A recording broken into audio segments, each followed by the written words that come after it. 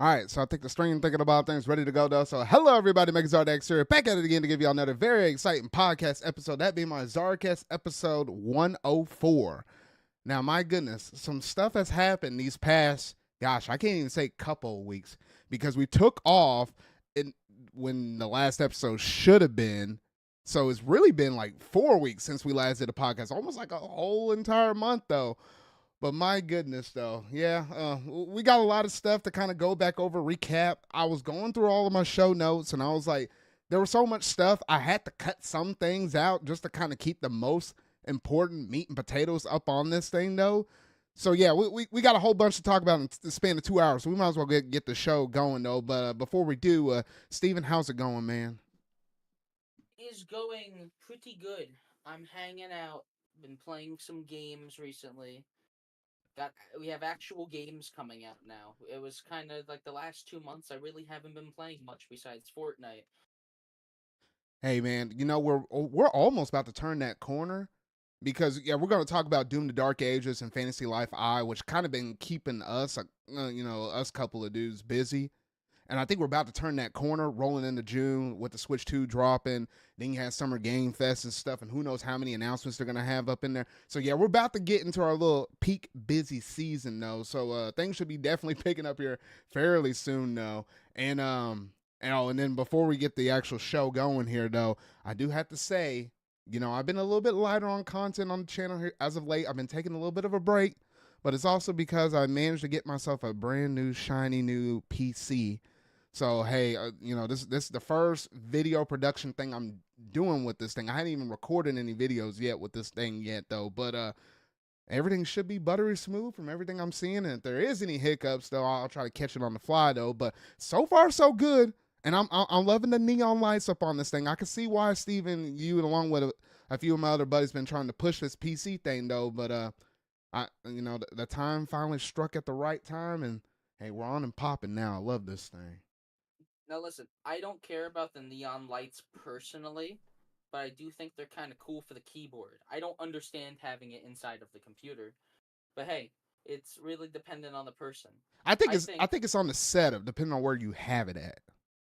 I am glad that you have actual hardware now. So when I tell you to, when I tell you to get something on PC, there's no excuse of, oh, I don't have a PC that can run that, because you quite literally have a PC that's better than mine.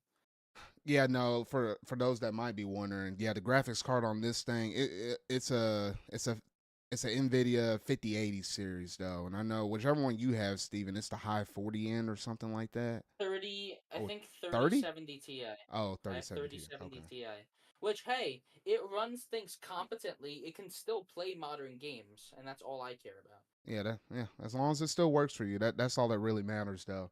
So yeah, I splurged a little bit, so the setup is pretty cool and stuff. Though I don't know, I might drop a picture on my Twitter. I finally got everything set up though, so maybe I'll drop a picture after the show or something like that. All right, well, that was just a little bit of some things behind the scenes. My Tuesday collection reflection video series that should start back up again. Friday, you should actually start seeing videos up in there. So the production line should get back up and going now at this point, though. So rest assured, if you were just kind of wondering what's going on behind the scenes, there's your whole feel right here, though. All right, Steven. Well, we got a show to run up on this mug, though. So without any further ado, let's go ahead and jump straight up into that pop culture segment.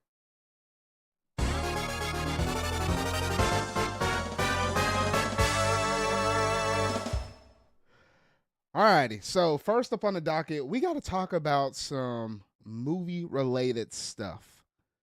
And let's go ahead and just throw the cat out the room. I don't think this is going to be like a really long, extensive discussion on this one, though. But apparently, according to like some NBC reportings and stuff, we kind of have an idea of what the Mario movie 2 is going to be called. And apparently, it's just literally after it's inspired and named after Super Mario World. I mean, that's about it. I don't think that's really Yeah. shocking or surprising. Makes sense. I don't think that kind of gives any like plot points away for what they could do with the movie. Yeah, I personally think that makes sense. Yeah, because, like, I don't know. You could have called it Super Mario Brothers 2, but that kind of just doesn't, like, the name doesn't necessarily line up that well. with the first one. Like, the first one is the Super Mario Bros. Movie. It's a lot of words for Yeah. some reason. Which I don't know why it's called that. I guess they really don't want audiences to be confused, but everyone just calls it the Mario movie anyways. Okay? And then, well, they're either gonna call this one the Super Mario Brothers 2 movie, which sounds stupid, or they're gonna call it the Super Mario Brothers movie 2, which is equally stupid, or they're just gonna call it Super Mario Brothers 2, which is the only other option that would have worked. But Nintendo probably doesn't want it having the same name as something else they have made. I don't know. Nintendo's weird like that. I'm sure they regret calling the original Mario movie Super Mario Bros. Because it's just like the brand recognition Yeah. is misleading. Yeah, no, So I calling it think it Super kind of Mario works. World, yeah, calling it Super Mario World when they specifically had an end credit scene for Yoshi, I guess makes sense. Yeah. And I feel like it kind of makes perfect sense because I feel like the number entries, like you don't even see that with most movies nowadays though. They usually like going with the subtitles, that way it just kind of stands out and it pops a little bit more. You might think internally part one, part two, like for example, I'm just thinking like the Avengers movie, Infinity War and Endgame. Remember that was part one, part two, but they kind of took that out and just went with Infinity War or Endgame or whatever. Though I just feel like a lot of movies in general just like to typically do that, just to kind of get any confusion out of the water though, and just kind of make it more eye appealing. Like, oh, okay, this is what this movie's about. This is what that movie's about. But yeah, I think that's literally the only kind of update we had up on this thing though. Because remind me, Steven, doesn't this movie come out next year, 2026? Yes, it comes out April, I think April or March, one of those two of 2026. It comes out in 2026, early 2026, which it probably is going to be delayed, but like right now at least coming out 2026. Yeah, I mean, if it Illumination is not going to let that thing get delayed. They Oh have no! they have If it were to get unlimited. delayed, it will still be in the same calendar year. But I feel like they'll still hold true to that date. I don't think anything's gonna really change with it. At least not too much. Yeah, and they're probably gonna have some kind of game lined up for like right after. They had Mario Wonder right after the original Mario movie, and they kind of specifically cited, like they said it but kind of didn't say it. They kind of cited that Mario Wonder was like the reason that they kind of went all out for the animations in Mario. I said it wrong. The Mario movie is the reason that they went all out for the animations in Mario Wonder. They put Mm. more animation budget into it, which who knows if we're getting, they're doing a Super Mario World movie. We're getting Mario Kart World. It's a possibility the next Mario game has like something to do with like uh not gonna have. I don't think it's gonna have World in it because we already have Super Mario 3D World. But they're definitely gonna do something with the next Mario game, and they're obviously have big plans for Donkey Kong, with the new Bonanza game, the theme park. There was like talks about him having like a spin-off movie, but he'll probably just play a bigger part in the second movie if I had to make a guess.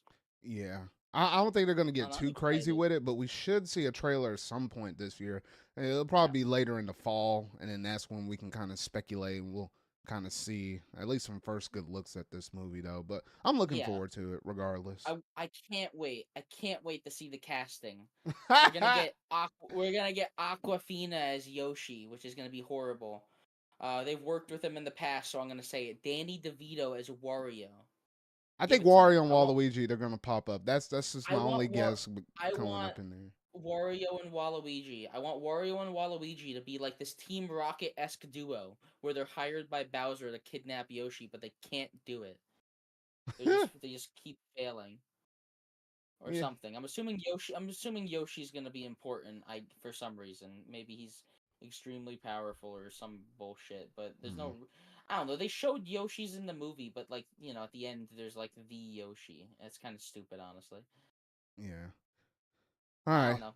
But I think that's pretty much all we can probably speculate on with the new Super Mario Brothers movie, though. But we're gonna keep things on the Mario train as we transition from the movie over to the theme parks, because yes, the Universal one, the one that's in Florida, actually managed to open up within the past few days. I feel like Nintendo's been on the ball with just releasing a bunch of stuff, at least with outside of just normal gaming.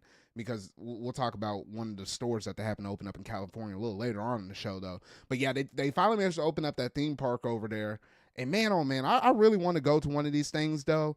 And I was kind of surprised with all the branding that they did for the Donkey Kong World stuff, because you kind of notice the mascot outfit, the little promotion artwork on the buses and probably some other places in that theme park. It's on the DK Rare style artwork instead of the new Donkey Kong design that we have for Bonanza. And I was like, wait, what the heck? I mean, I guess they want to kind of keep the dude classic, but I don't know if they were trying to be too secretive to a fault. I bet you that's probably what it was, but. I the way I see it, like, general audiences are not really going to be able to tell the difference. Like, us, we can tell the difference very easily just from looking at it. But, like, listen, we'll see, honestly. I personally think having, like, the fact that it's opening after we already seen the new Donkey Kong design is weird to me. It is a That's the little main weird, thing. but I do If like. this opened beforehand, fine.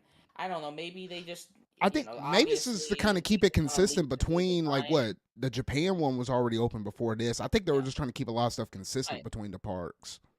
I guess so. And maybe they'll change it eventually, but it's not a big deal. And besides that, the park does look cool. Miyamoto, I think, showed up like the opening day and like signed a bunch of stuff, Yeah, I saw a which is lot of cool. people taking pictures and saying, "Hey, there's Miyamoto over here." And I was like, "Oh shoot!"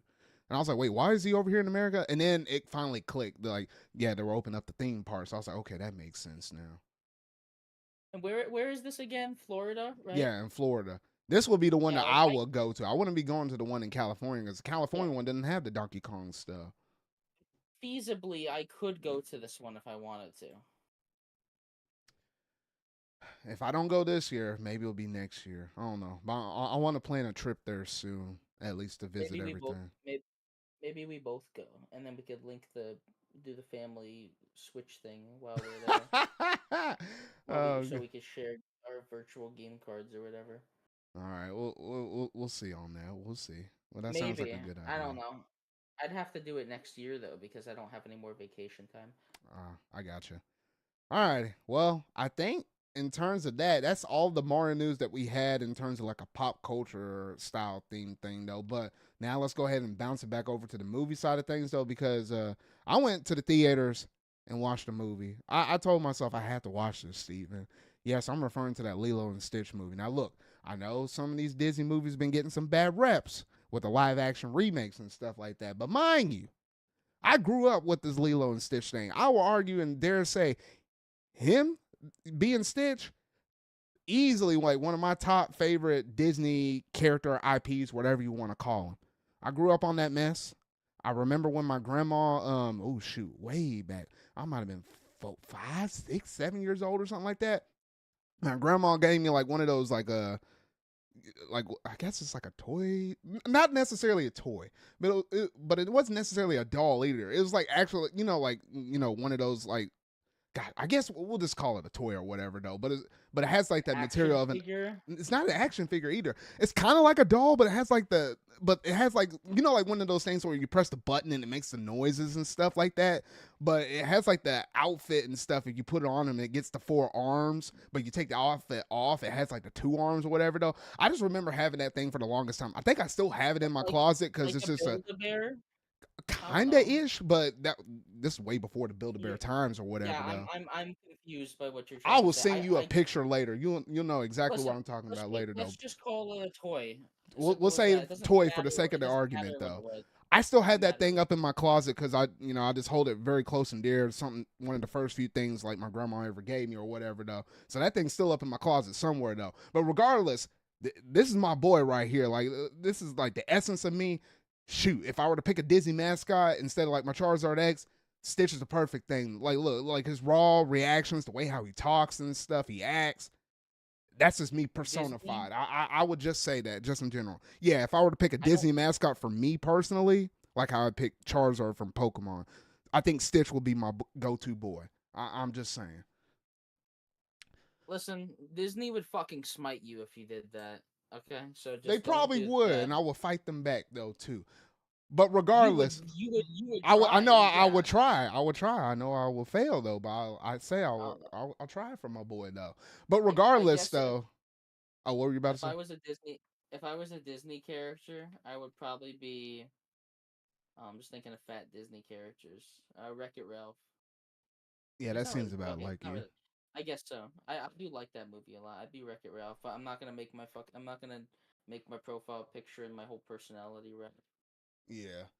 But regardless, though, Stitch is my boy. I grew up on this mess, though, and I was like, I had this would be the one exception to me watching a live action remake in theaters versus just waiting for it to come out on Disney Plus. Like I didn't do that mess with Lion King. I really like myself some Lion King though, but I was like, no, I had to make an exception with my boy Stitch. So I was like, you know what? It was a spur of the moment thing because I forgot it came out on the Thursday because typically they were advertising this stuff to come out on Fridays, but you know how movies are nowadays. They're like, oh, you can technically watch it as early as Thursday. So I was like, I was looking at my phone. I was like, oh, there's a couple of seats open. I just called up my brother and said, hey, you want to come watch this movie with me? He's like, all right. And we went and watched it during like the middle of the day. And of course, the theater experience, there was a bunch of kids up in there, but not nearly as many as probably would have been later that night, though. I'll say that, though. But I was kind of looking around, and it was like obviously you had like some diehard Disney fans and stuff. Even on my way to watch this movie, I think I caught somebody driving a Lightning McQueen style car. I kid you not. And I was like, okay, that car gotta be somewhere out there in that parking lot, though. But anyway, yeah, there was a lot of Disney fans up in that thing, and I was like, okay. And it kind of shocks and surprises me how popular Stitch is. And I grew up on this mess being around. When did that movie come out, Steven? The first one, like 2004, 5, 2002. I thought 2? it was like 2002. Might have been later. I don't know. Between that and Personally, 2005. if we're talking about Lilo and Stitch, I think it's a good movie, but I personally never had any attachment to it, like nuts That whatsoever. hurts I my soul, acknowledge, Steven. I Holy I I shoot. acknowledge that it's a good movie. I'm glad Disney kept making 2D animated stuff into that era, but like to me, there's nothing really that remarkable about it. I don't know. I like the little heartfelt moments, especially with the ending of the original. Oh. But like, I have no drive. I especially from what I've heard that they've changed. I have no drive to see this remake whatsoever.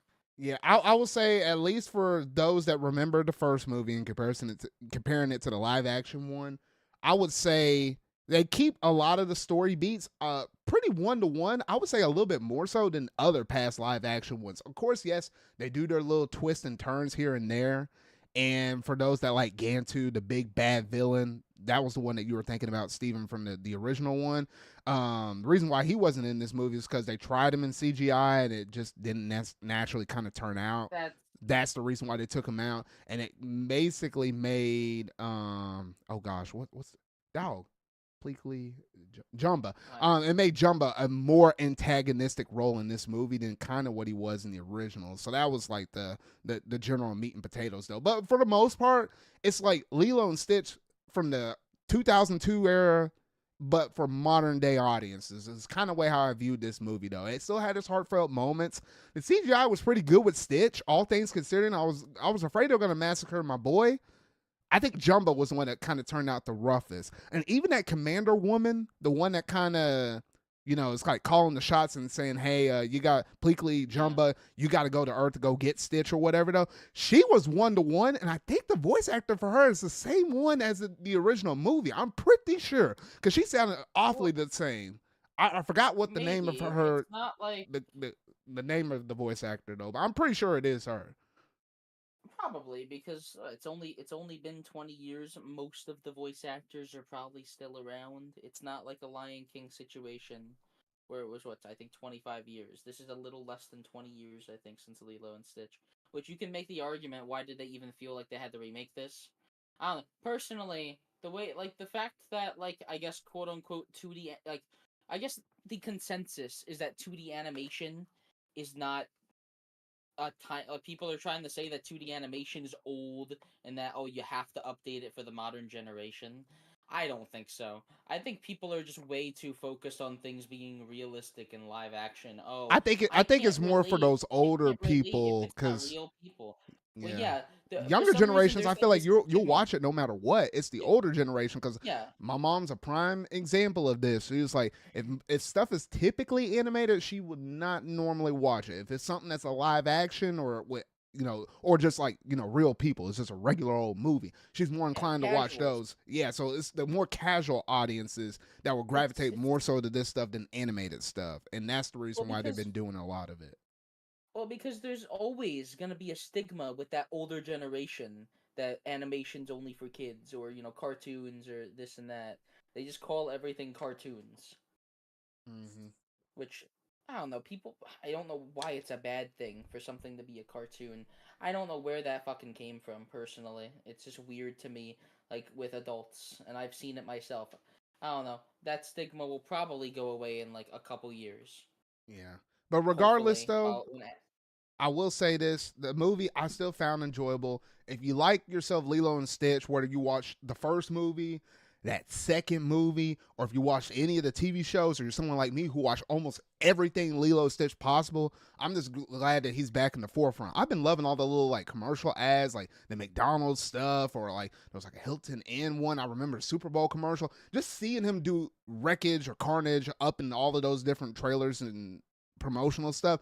I just like seeing my boy in action. Don't get me wrong, like I like seeing my boy Stitch though.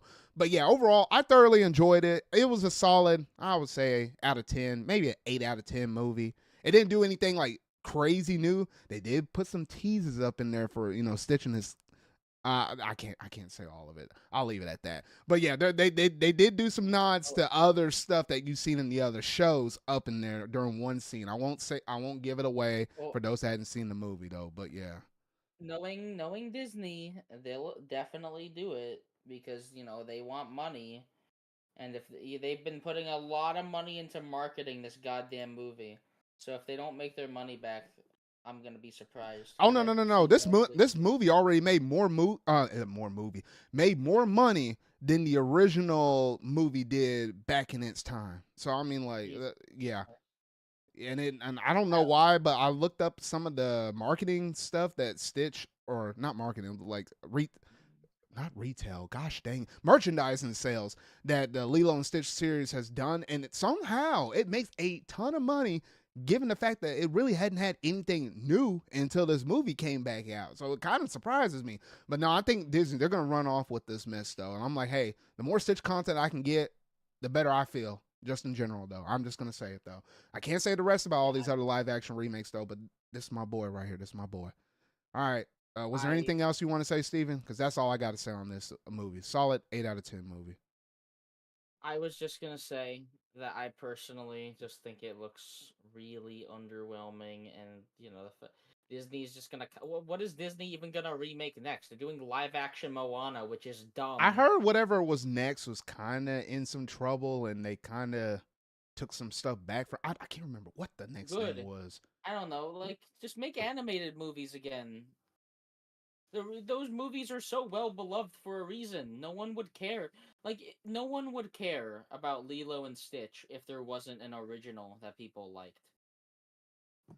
I don't know. I'll leave it at that because we're talking about fucking Lilo and Stitch for too long. I know that's It what I was saying. I was like, I was trying to get my it P's and looked Q's out, fine. but you kept running.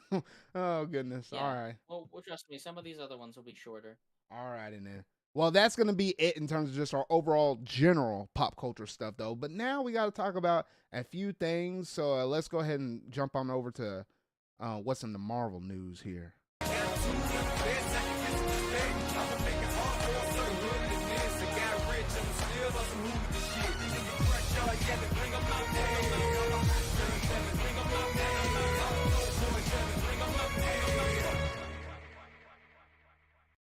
Alrighty, so we got a few things to talk about with some Marvel news. We got to talk about a trailer for one, a review movie for the other, and then some quick news about some Avenger related movies, though. So let's go ahead and start with the trailer for Ironheart. That's going to be the newest Disney Plus related show that's going to drop out during the month of June.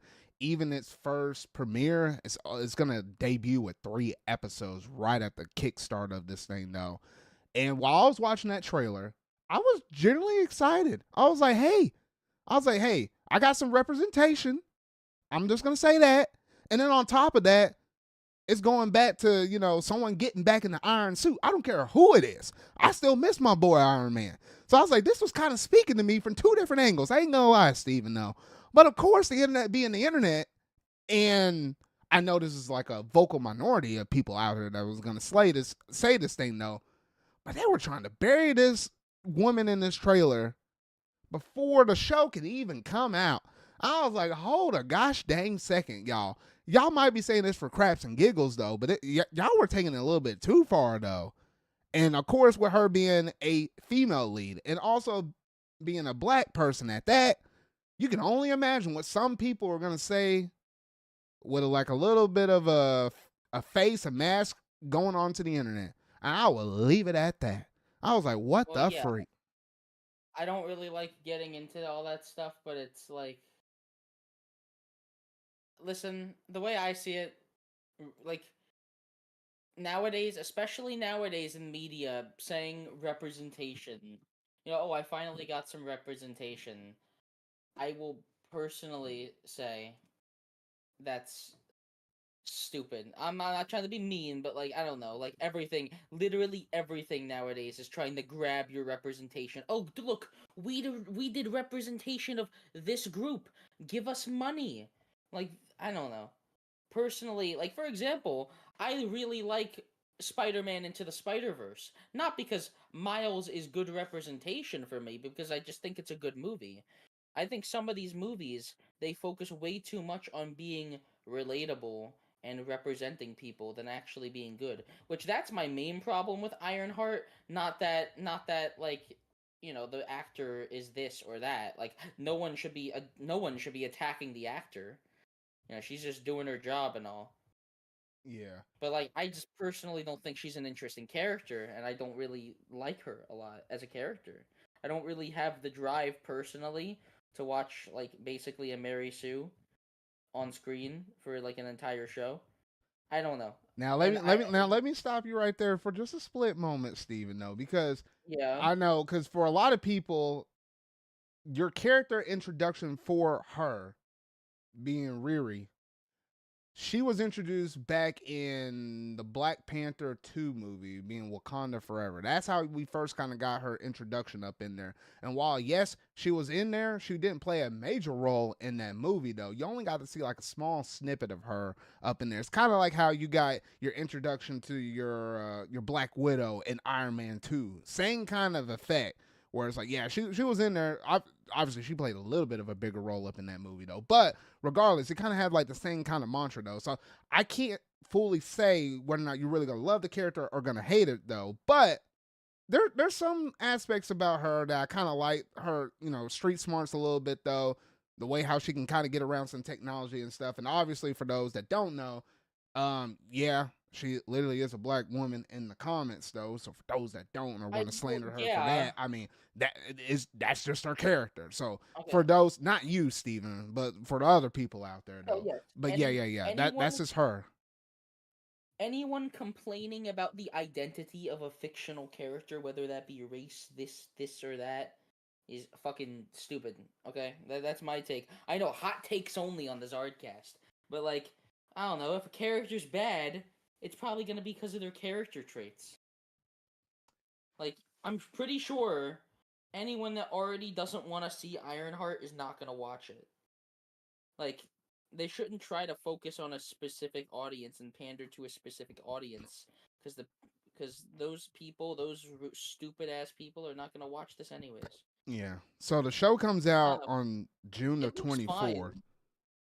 Like it looks like it's kind of more like humble beginnings. Like they're kind of getting rid of the more Mary Sue aspects, and she like has to like struggle a bit, which is how you make a good character. Like you need to make your characters struggle and have problems that they're going through. Yeah, and I think It's fine. this one should be a more grounded show. It's not going to be way out there. If it's anything like some of the past Iron Man movies we got, is going to be very down to earth, pretty relatable. I'm hoping the character is pretty relatable, where you can understand where they come from. the character's going to get broken down, built back up. It's not like they're going to feel like they're invincible, which we got that with some of these other past Marvel characters and stuff though. But overall, I'm genuinely excited for this. I think there's a lot of potential for this one. And I think behind Daredevil, it might have been my second most anticipated Marvel Disney Plus show of the whole entire year. We'll see though. But yeah. Here's what I'll say. I personally just wish they'd stop making shows and make these movies. Make a movie about It Ironheart. would be cool to see an Ironheart movie. Don't get me wrong, Like, that would be cool. like, Daredevil works out because that was a show before it was ever a movie. That one naturally works out. yeah, Ironheart, I I would have kind understand of preferred that Daredevil. one to been a movie, but I don't know. Well, the way I see it, they made movies. They made a movie about Ant-Man. They made two movies. They made three fucking movies about Ant-Man. Okay? Yeah, And yeah, three. and the third one, the Kang isn't even going to be important anymore. So they quite literally made a movie that is useless. It serves no purpose in the overall narrative. So if they're going to make some stupid movies like that, why don't you like put a spotlight on a lesser known character a little more? And I will say this, Especially Steven. yeah, there is a void. There is like an Iron Man void to fill in the MCU. At least Robert Downey Jr. is not coming back as Iron Man, so like you have a bit of a void there of like a genius type of character that's gonna help the kind of form the because Tony Stark kind of helped put together the Avengers. So having someone to like not necessarily form the next group of Avengers, but like kind of get the tech for Spearheaded, them and this and that. Yeah, spearhead it, I guess. Like similar like they're how trying to go Iron for Man the and Captain they're trying America to go for the basically were younger doing that. Yeah. generation. Like Iron Man obviously like inspired her and this and that. Like I'm fine with that, but just make it a movie because I have so much less of a drive to go watch a 6 episode TV show than a 1 hour long, like 1 hour 30 minute movie. Yeah, Like because I I would go guess rather watch in the yeah. movies you can make a lot more interesting because TV has to be serialized in a specific way. You usually need an episode to start with like something interesting and end with something interesting, and then there's just so much filler in the middle of that. A movie, you really don't have to worry about that. Yeah, but then A again, you get a movie, little bit more runtime when you do the show because I guess it's like what, when you well, do a movie, it's like what 2 hour movie, and I think when you do the I shows, it's I almost guess six. It's almost triple the length when you do a show. the way I see it, though, the first Iron Man movie tells me everything I need to know about Tony Stark. It has a villain. It has an origin story. It has cool battles. Like they fit all of that into like an hour 40-minute movie. If you have someone that actually knows what they're doing, you can make a 6 episode TV show crammed into a movie. It's not that hard if you actually do it right.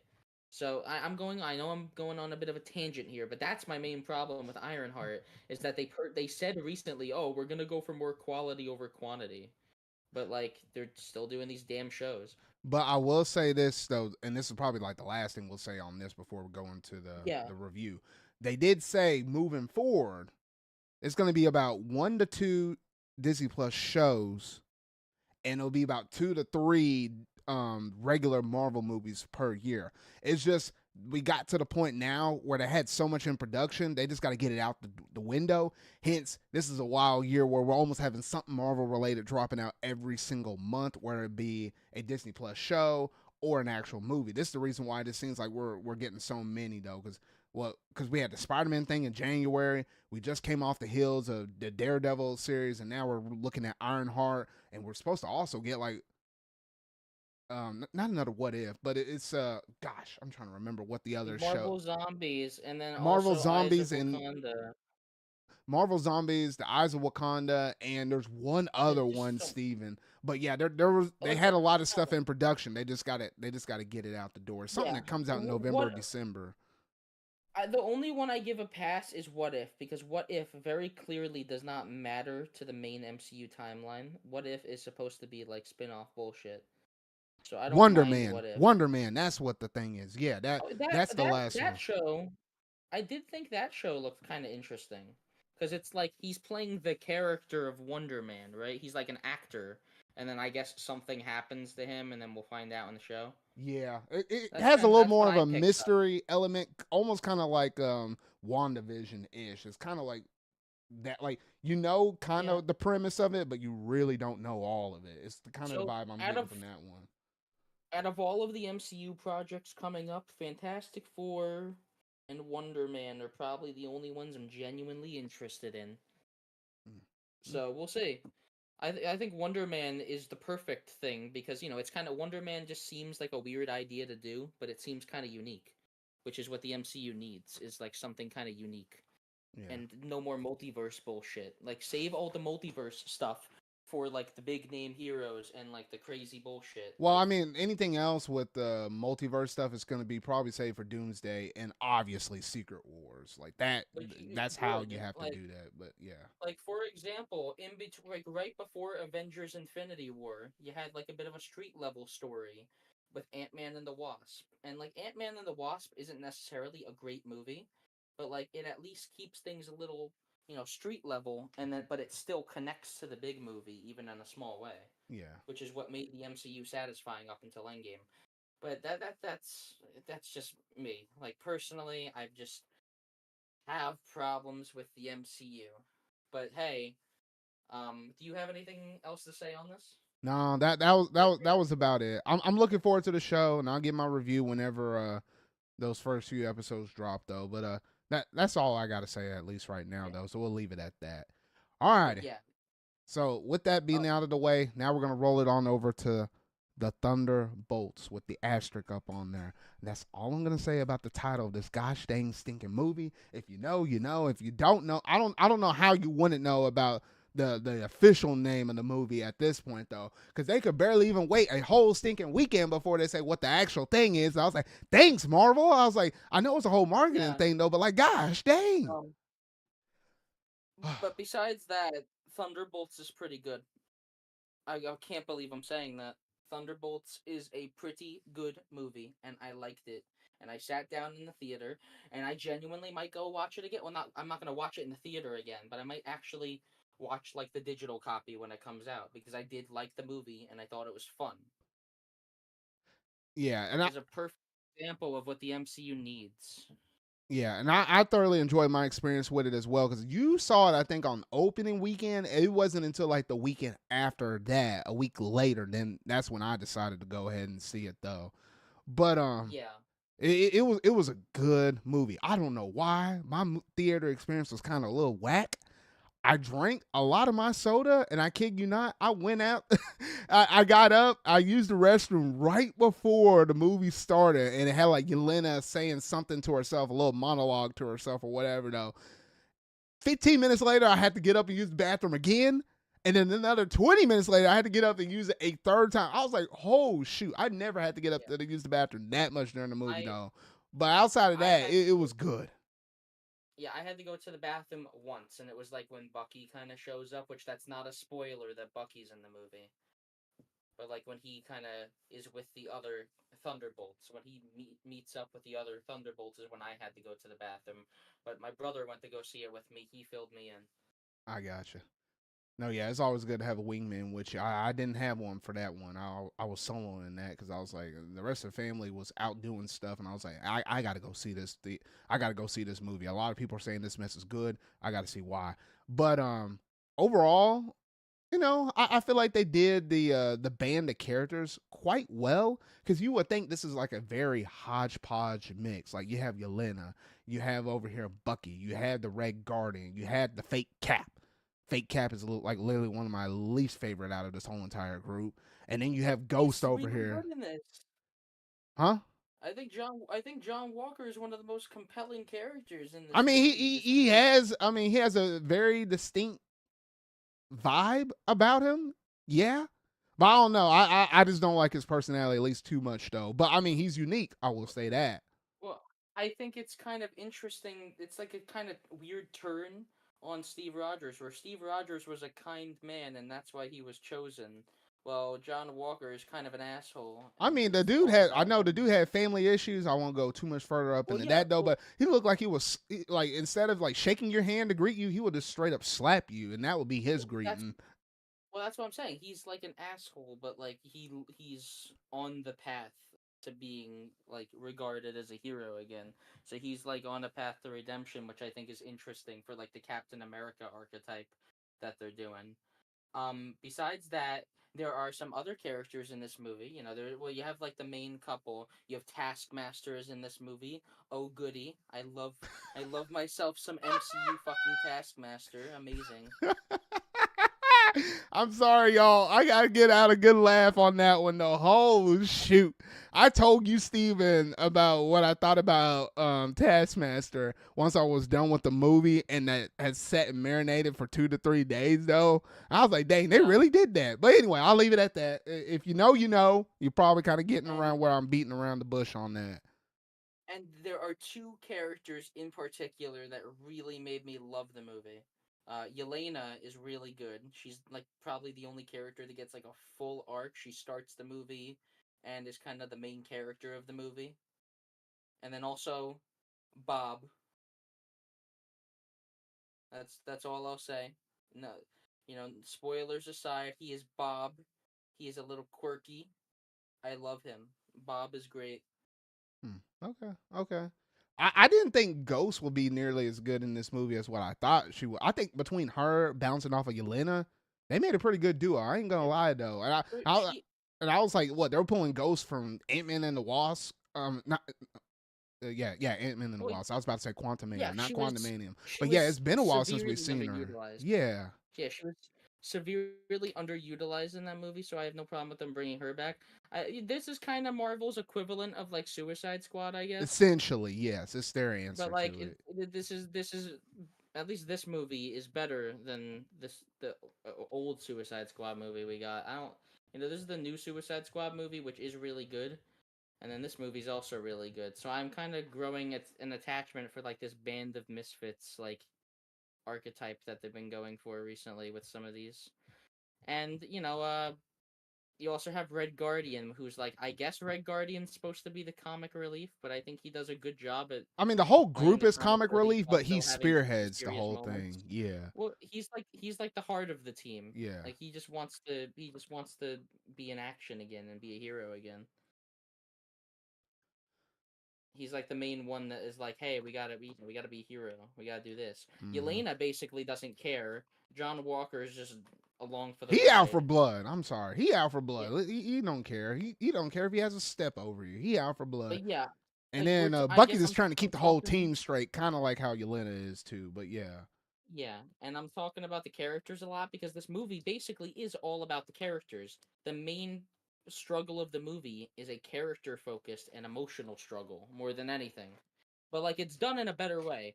Like I usually don't like those movies where like oh the main bad guy is like feelings and all that. But like this movie does have a villain and I like the villain a lot, but like it's not really a villain. You know what I mean? yeah, It's interesting the way they do it because like I can't say much without spoiling, which I guess we'll do next podcast. We'll like say spoilers about this. But I definitely like what they did with this movie. There's really not much else I could say besides that.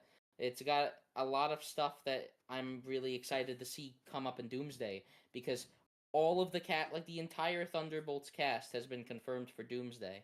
So whatever they're doing is going to be important, which oh I yeah, like. This is like the new major team we got to be on the lookout for. yeah. It's Like this is them kind of and like it's this them. is like Oh, go ahead. I'm sorry, I was just gonna say this is like your Guardians of the Galaxy to your Avengers. This is like your side team, where the Guardians of the Galaxy were off in space doing crazy shit. The Avengers were on Earth protecting it. So now you have the Thunderbolts, on Earth doing Earth stuff, and then when you're gonna have your Doomsday crew, your Young Avengers, your Thor. You're gonna have all your Avengers that are still intact, going to fight the big bads, which we'll see how they handle that. I Yeah, really because hope they handle Doctor Doom good. I think you're on to something, Steven, in terms of the bigger picture. Because you have the Thunderbolts, and they're called a certain group. We'll just say Thunderbolts for now. I think you'll have your young Avengers, everything from like Miss Marvel, your Hawkeye, Kate Bishop, that's her name, but take the Hawkeye equivalent of her and stuff like that though. And then a couple of other like younger characters we've been kind of getting along the way. I feel like that can be another a subgroup of people with the Young Avengers, and then you'll have the group that Sam is setting up. The new Cap, Falcon, basically though. But yeah, I think he's also Yeah, setting up. So I think it's gonna be three primary camps of people, and that's how they're gonna take it into the Doomsday and also the Secret Wars yeah, branch. I think that's the way and they're setting it up. they're actually doing things that are somewhat interesting again because like Captain America Brave New World isn't necessarily the best MCU movie, but hey, It's better than a lot of Thunderbolts other is ones that we got in Phase oh Four. yeah. Listen, Thunderbolts is directly connected to Captain America 4. So like, Thunderbolts directly references the events of that movie and follows up on them. Which, hey, finally some connective tissue again. Like when Avengers happened and then Iron Man 3 was all about his trauma from that experience, I liked that. It was a continuous story that we got to follow the characters on as they went through it. Yeah, so I like how So there's a now little more of that connective tissue, and it even leads into potentially with Fantastic Four. We'll see exactly how those tie together, but it looks like they're gonna make some kind of solid connection though. So it's a little more grounded because I feel like, oh shoot, they know we got an Avengers movie coming up, a couple of them, so we got to get the ball going over here. Otherwise, we're gonna and be stumbling out the gate. We can't afford to do that.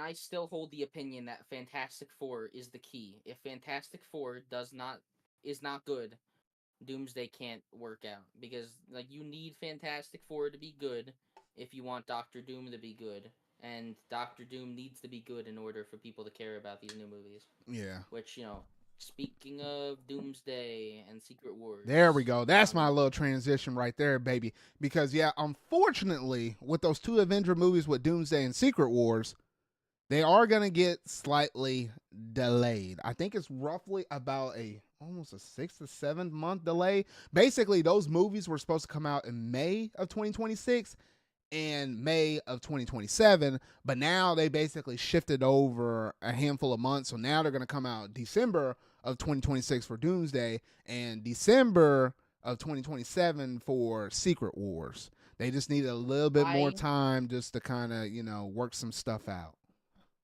I highly doubt that's gonna stick. Personally, You think it's gonna get I delayed don't see again? No, it's not that Oh, I want it to get delayed again. It's that I really do not see them releasing a big movie like this in December. I just don't think that's a great idea. Steven, I feel like You they really have never see to. that. I feel I know they well, released No Way Home. No Way yeah. Home released in December. So maybe, but like I don't know, December for like the big Avengers movie is a very surprising I mean, because typically they like personally. saving it for May, like right before the summer, so you get that. Because I Yeah, think those are the two big major times when movies like to release.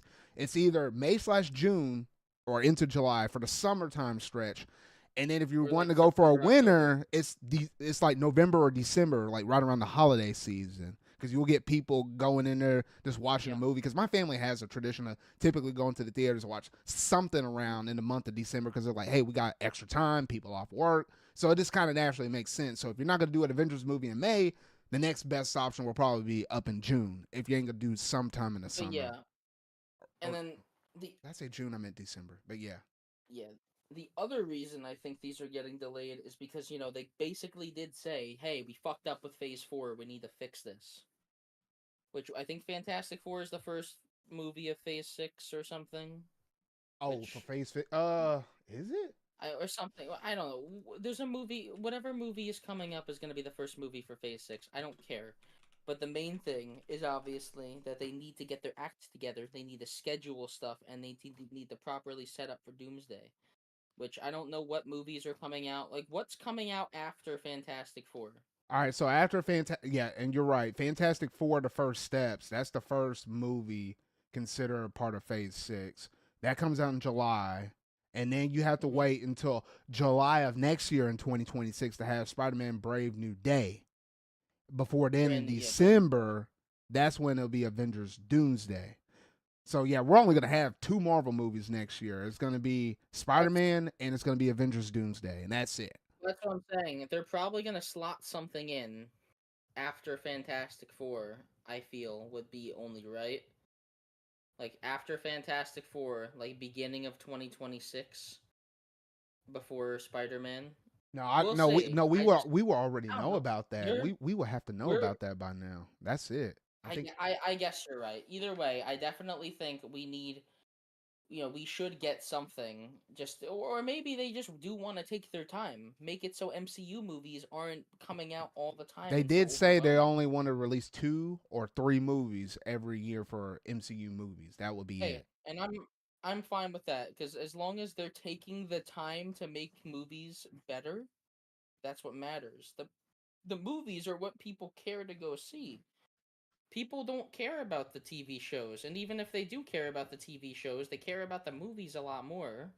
I mean, I care about the So guess movies what? and the TV shows if they're good. That's the point. If they're good, we Right. had some good ones in the past, and then we had some mediocre-ish ones, and then ones that She-Hulk, that were horrible. And I'm like, goodness. So I was like, well, I ain't gonna be a fan of that. So that's why they went back on the drawing board. So if they can keep stuff on the level like how Daredevil was moving forward, we're gonna be a-okay for every show that will come out. If they can keep that level of quality, we'll see. But We'll yeah, see. I hope so. Either way, I really hope Avengers Doomsday and all that are good. I hope they do Doctor Doom right because Doctor Doom is cool as hell and he deserves to be done right. yeah. So I'll say outside of that, I think that's all the Marvel related stuff I had up on the docket. We had to play a little Yeah, we catch up sure. because we would have talked about the Yes, whole thing with a month over. Thunderbolts a couple of weeks ago, but we had to delay it because of Mother's Day and all of that stuff though. But hey, we finally got all of our thoughts out here on there now. So if you were wondering about me and Steven's thoughts on most of the Marvel related stuff, we got you covered now. So I guess now what's the next thing we have to? Yeah, we just have to wait for Fantastic Four to come out, and that comes out in July. So well, between that and the Ironheart show, those gonna be almost close to back. But yeah, that should be the next Marvel stuff we should wait up on though. But anything else, Steven? Nah, I'm glad that Marvel's slowing down, and I'm glad they're actually doing things that are good again. That's about it. Alrighty then. Well, all right, that's gonna basically do it in terms of all the Marvel related stuff though. So now we're gonna jump on over into the next segment of the show, that being what we've been playing.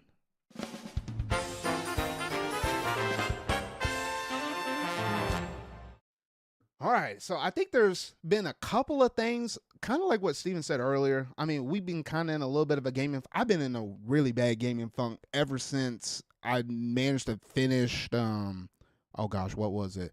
It was my game of the year of 2024 with Metaphor Refantasio. Ever since then, I'll play some stuff here and there on the side, like Splatoon or whatever, though, but nothing to really kind of stick it to me as a brand new experience for me to just really, you know, chomp my teeth up into until now when they managed to drop out Fantasy Life I, The Girl Who Steals Time, and also Doom the Dark Ages. I put more of my time into the Fantasy Life I than Doom the Dark Ages. I managed to get through the first level of it because I was just testing my stuff out with my PC and stuff though. So I'll play more of it as time goes on though. But Steven played more than that, and I played more of Fantasy Life I. But we both own both of these games though. So we'll start off giving our thoughts on Doom the Dark Ages. So Steven, Perfect. I'll let you take it away. I won't go spoilers, obviously, even though there's not really that much to spoil. I'm just gonna say that either way. Doom the Dark Ages is a cool game. I like Doom the Dark Ages a lot. There's a couple, like, it's basic Doom. It's all the stuff you like about Doom. It's got, like, well, here's the thing. It's definitely got, like, the brutality in parts, but they kind of did tone down the glory kills. But, like, in everything else, you still have that brutality. You still have all these cool weapons. You still have tons of stuff to work with. You have a story that definitely does build off of the one that they were telling in Eternal, but I'm not really a big fan of the story. Like, I have a couple problems with this game, but gameplay wise, it is so fun that I'm willing to overlook some of them. Um, I really love the movement in this game. I really like the platforming is definitely better. Like, there's a lot. It feels like a world that you're actually exploring more. Um, the visuals are really good. Like even on my computer, which is kind of just struggling to play the game, I really like how it looks. It's a nice looking game. I love the medieval aesthetic a lot. I love how Doom Guy and all the characters look. Like the demons look really cool. Doom Guy with his like upgraded medieval armor looks awesome with the cape. Um, there's a lot of stuff I do like, but there's just a couple things that like, they annoy me, they niggle me, they just give me all these little things, all these little issues. Like for example, Zard, the I told you about this right before the podcast. The game speed. The game speed feels slightly slow enough to where it feels wrong, okay? Like I was telling you how like you can adjust the game speed in the settings, remember? Yeah. And the game speed is at 100, but it feels like it's like just slightly too slow, because the moment you turn up the game speed, you're like, wait a second, this is more fun. So I just think the default difficulty settings are way too easy. There's a parry in the game, but not only is the parrying not that in depth and not really that all fun, like the parrying isn't really the greatest mechanic, but they have you do it a ton. Yeah, I'm not the It's biggest kind of a fan in terms of neutral like in. just parrying and Yeah. just parrying in general. I'm one of those people that will like I would rather dodge and do a follow up attack versus doing a parry or putting up my shield. I'd rather Well, dodge and counter strike though. my issue my issue is the over reliance on it from the enemies in this game. There's a lot of enemies where every single attack of theirs will be a parry, and I personally don't like that. I think the game should have just attacks that you have to move out of the way and dodge. Other things, the game has a lot of weapons and a lot of upgrades, but I feel like it has a little too many. Like you can find gold all over the stages to upgrade stuff, and there's other collectibles that you use to purchase upgrades. I just feel like there's too many upgrades, and it kind of complicates things just a little too much. Like I understand the game is longer than most Doom games, so they kind of want you to I mean, yeah, because focus a little bit more it was time only on that. campaign in comparison to Doom 2016 or Eternal, where you Yeah, also had like a it's def multiplayer, so there was a little yeah, more. it's slower paced than Doom and Doom Eternal, which, like I said, game speed's a little slightly slower than you'd expect from Doom. Um, the like I said, the gameplay mechanics are just like the upgrading stuff. I don't really think was all that crazy. Um, the levels are quite long. Like I was collecting stuff, so they were a little longer than usual. But you have like 30 to 40-minute levels on average if you're just going through them on a first playthrough, which Hmm. they're a lot faster if you go through on a second playthrough. But still, I feel like some of the sections in between, especially there's some underwater sections that I don't think had to be there, where you're just like swimming underwater to get to the next area. It definitely tries to feel like more of an adventure, but like in some ways, I think that could have been uh lessened. And I will say Uh, this with Doom: The Dark Ages, I like how it has its own identity because if you think back, before we had Doom 2016, I can't remember what was the last Doom game we might have had though, but it's been the better part of like a I don't decade know. plus. So it's like when they came out with 2016, it was like a fresh coat of paint on a Yeah, series Doom that 3. really hadn't been talked about, or that really hasn't been touched for an eon or what felt like an eon. Then you turn around with Eternal with the follow up, and it's like, okay, you can probably do some stuff better than what you did with 2016 though. But then when you turn around with Doom: The Dark Ages, boom, you got like three modern day Doom games that can all feel pretty similar when it comes down to a first person shooter though. But I like the different stuff they managed to do with the shield and stuff. I know some people aren't gravitating to it as much or saying that it doesn't quite feel like a Doom game. Maybe some of it's probably based upon like what you said, Steven, with the game speed. Maybe they turn it up. It'll maybe feel a little bit more akin to 2016 or some of your classic Doom related games though. But Yeah, so far, at least everything I experienced with the little bit I played with the game thus far, I've been thoroughly enjoying it. I like how where you can hone in on an enemy and it could be halfway across the map, and you can use that to like zip part of a good chunk yeah, away, and you can get yourself out of like some sticky situations. Smash a demon over here, turn back around, lock and go with your shotgun stuff. Switch on over to your machine gun, and just rip and tear and stuff like that. I love all of that mess, and then yeah, also having like what the Counter Strike where you just like punch the mess out of something like that. I don't like a lot of yeah. first person shooters, but when it comes to Doom, it just naturally clicks with me, and I've been enjoying my time with it. Yeah, I was just gonna say, like, when it does click, when you're facing a ton of enemies and you're constantly switching in between all of your weapons and your melee attacks to get your ammo back and you're low on health. Because I will recommend. I don't know what difficulty are you playing this on. I'm just playing on the standard normal. You definitely should play on. You definitely should like change it to hard. In my opinion, you're only I mean, one level in. Change it I to can hard. always tinker No, with it a little bit though. I I'm just just wanted gonna just to recommend that. just to play it like that. Usually, would it being a campaign or something like that, I might a second time through once I master everything, I might Yeah, up it I up would a little recommend bit. that. But yeah, if you if you play through this game again, play through it on a harder difficulty and increase the game speed slightly I mean, because that's what because I it is kind of did with some of the classic games, with like Doom 1, 2, not 3, and a little bit with 64. It's like you play through it one way, and then sometimes I picked it up again and played through some of that stuff, and I jack up the difficulty a little bit more. But yeah, that's just typically how I do my Doom stuff. but yeah, it's a fun game with a couple problems, but I'm willing to overlook some of that cuz like I said, it's just so fun and I just love looking at it. It's just a really fun looking game. Well, it's a fun looking game as much as it is to play it. And it's kind of hard. I don't know.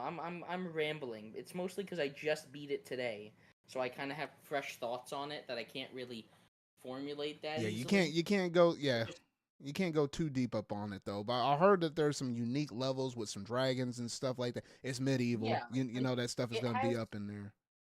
it has a couple gimmicks. Not all of them work, but the ones that work, I really do find fun. Like the dragon is pretty fun, and you're flying around exploring, like hunting down these like kind of almost like not Star Fox, but you're just hunting down these other like hell fighters up in the air, and then you could land at specific spots to Hey do like man, I action. like myself some dragons, so that idea in itself has me kind of excited. I ain't gonna lie. So I'll see what I think Yeah, about it and whenever I get to that level. it's Doom at the end of the day. You rip and tear, and you s- slay a bunch of demons. It's a fun game. I think it's better than Doom 2016. I think it has higher highs than Doom 2016. But like Doom, it's interesting, really. Okay. Doom 2016 is a great game. Maybe my opinion will change when I go play them again. This game definitely is not better than Eternal. Doom Eternal is like a fucking 10 out of 10. See, I I love still Doom need to Eternal. get around to playing 2016 and Eternal. It's You have weird because PC. I have everything PC. on the Switch. I had everything on the Switch, including the Doom 2016 version. I don't know how, but I got that on the Switch. I have Doom Eternal on PS5, and then I have Doom: The Dark Ages on PC. So I'm like, golly, I was trying to keep most of Play my it. stuff on Switch because I was like, that was just the perfect thing to play it on, handheld, dock, or whatever. But with the Switch 2 about to come out, I don't know. Microsoft might be moving. I mean, we've been hearing about some reports and stuff about them trying to move some Oh, stuff on over. So, I mean, that might be the system to get everything and well, just put them all in one spot. But Doom we'll see. Doom: The Dark Ages is definitely coming, and maybe they'll do a Switch 2 edition for like Doom Eternal and Doom 2016. Hey, We'll see. hopefully. There's a lot of if the Switch 2 does well, there's going to be a ton of companies jumping on that extremely fast. Yeah. Um, good game though. That's really all I have to say about The Dark Ages. If you like Doom 2016 and Doom Eternal, definitely try it. Otherwise, it's hard to justify if you've never played a Doom game, because it is $70, which that's $70 games that's another thing that just like niggles me. It just gives me so many headaches. Like, oh my god, I have to budget around buying my games, even though I have a full time job. Yeah. Like, there's no reason that I can, do I buy a full price game, or do I actually go get groceries for the week? Like, my issue is that there's not enough games to have demos nowadays. You know what I mean? Yeah. Especially for a $70 I game, I think should have a demo just to know what I'm jumping into first. I So think like they a lot kind of of people, I feel like the companies lean away from that because they know that you might be able to put off somebody that let's say if you release a demo and someone plays through that demo and then they happen to not like the game, they just don't buy the game. Whereas if you don't have a demo, you can't necessarily experiment around with it.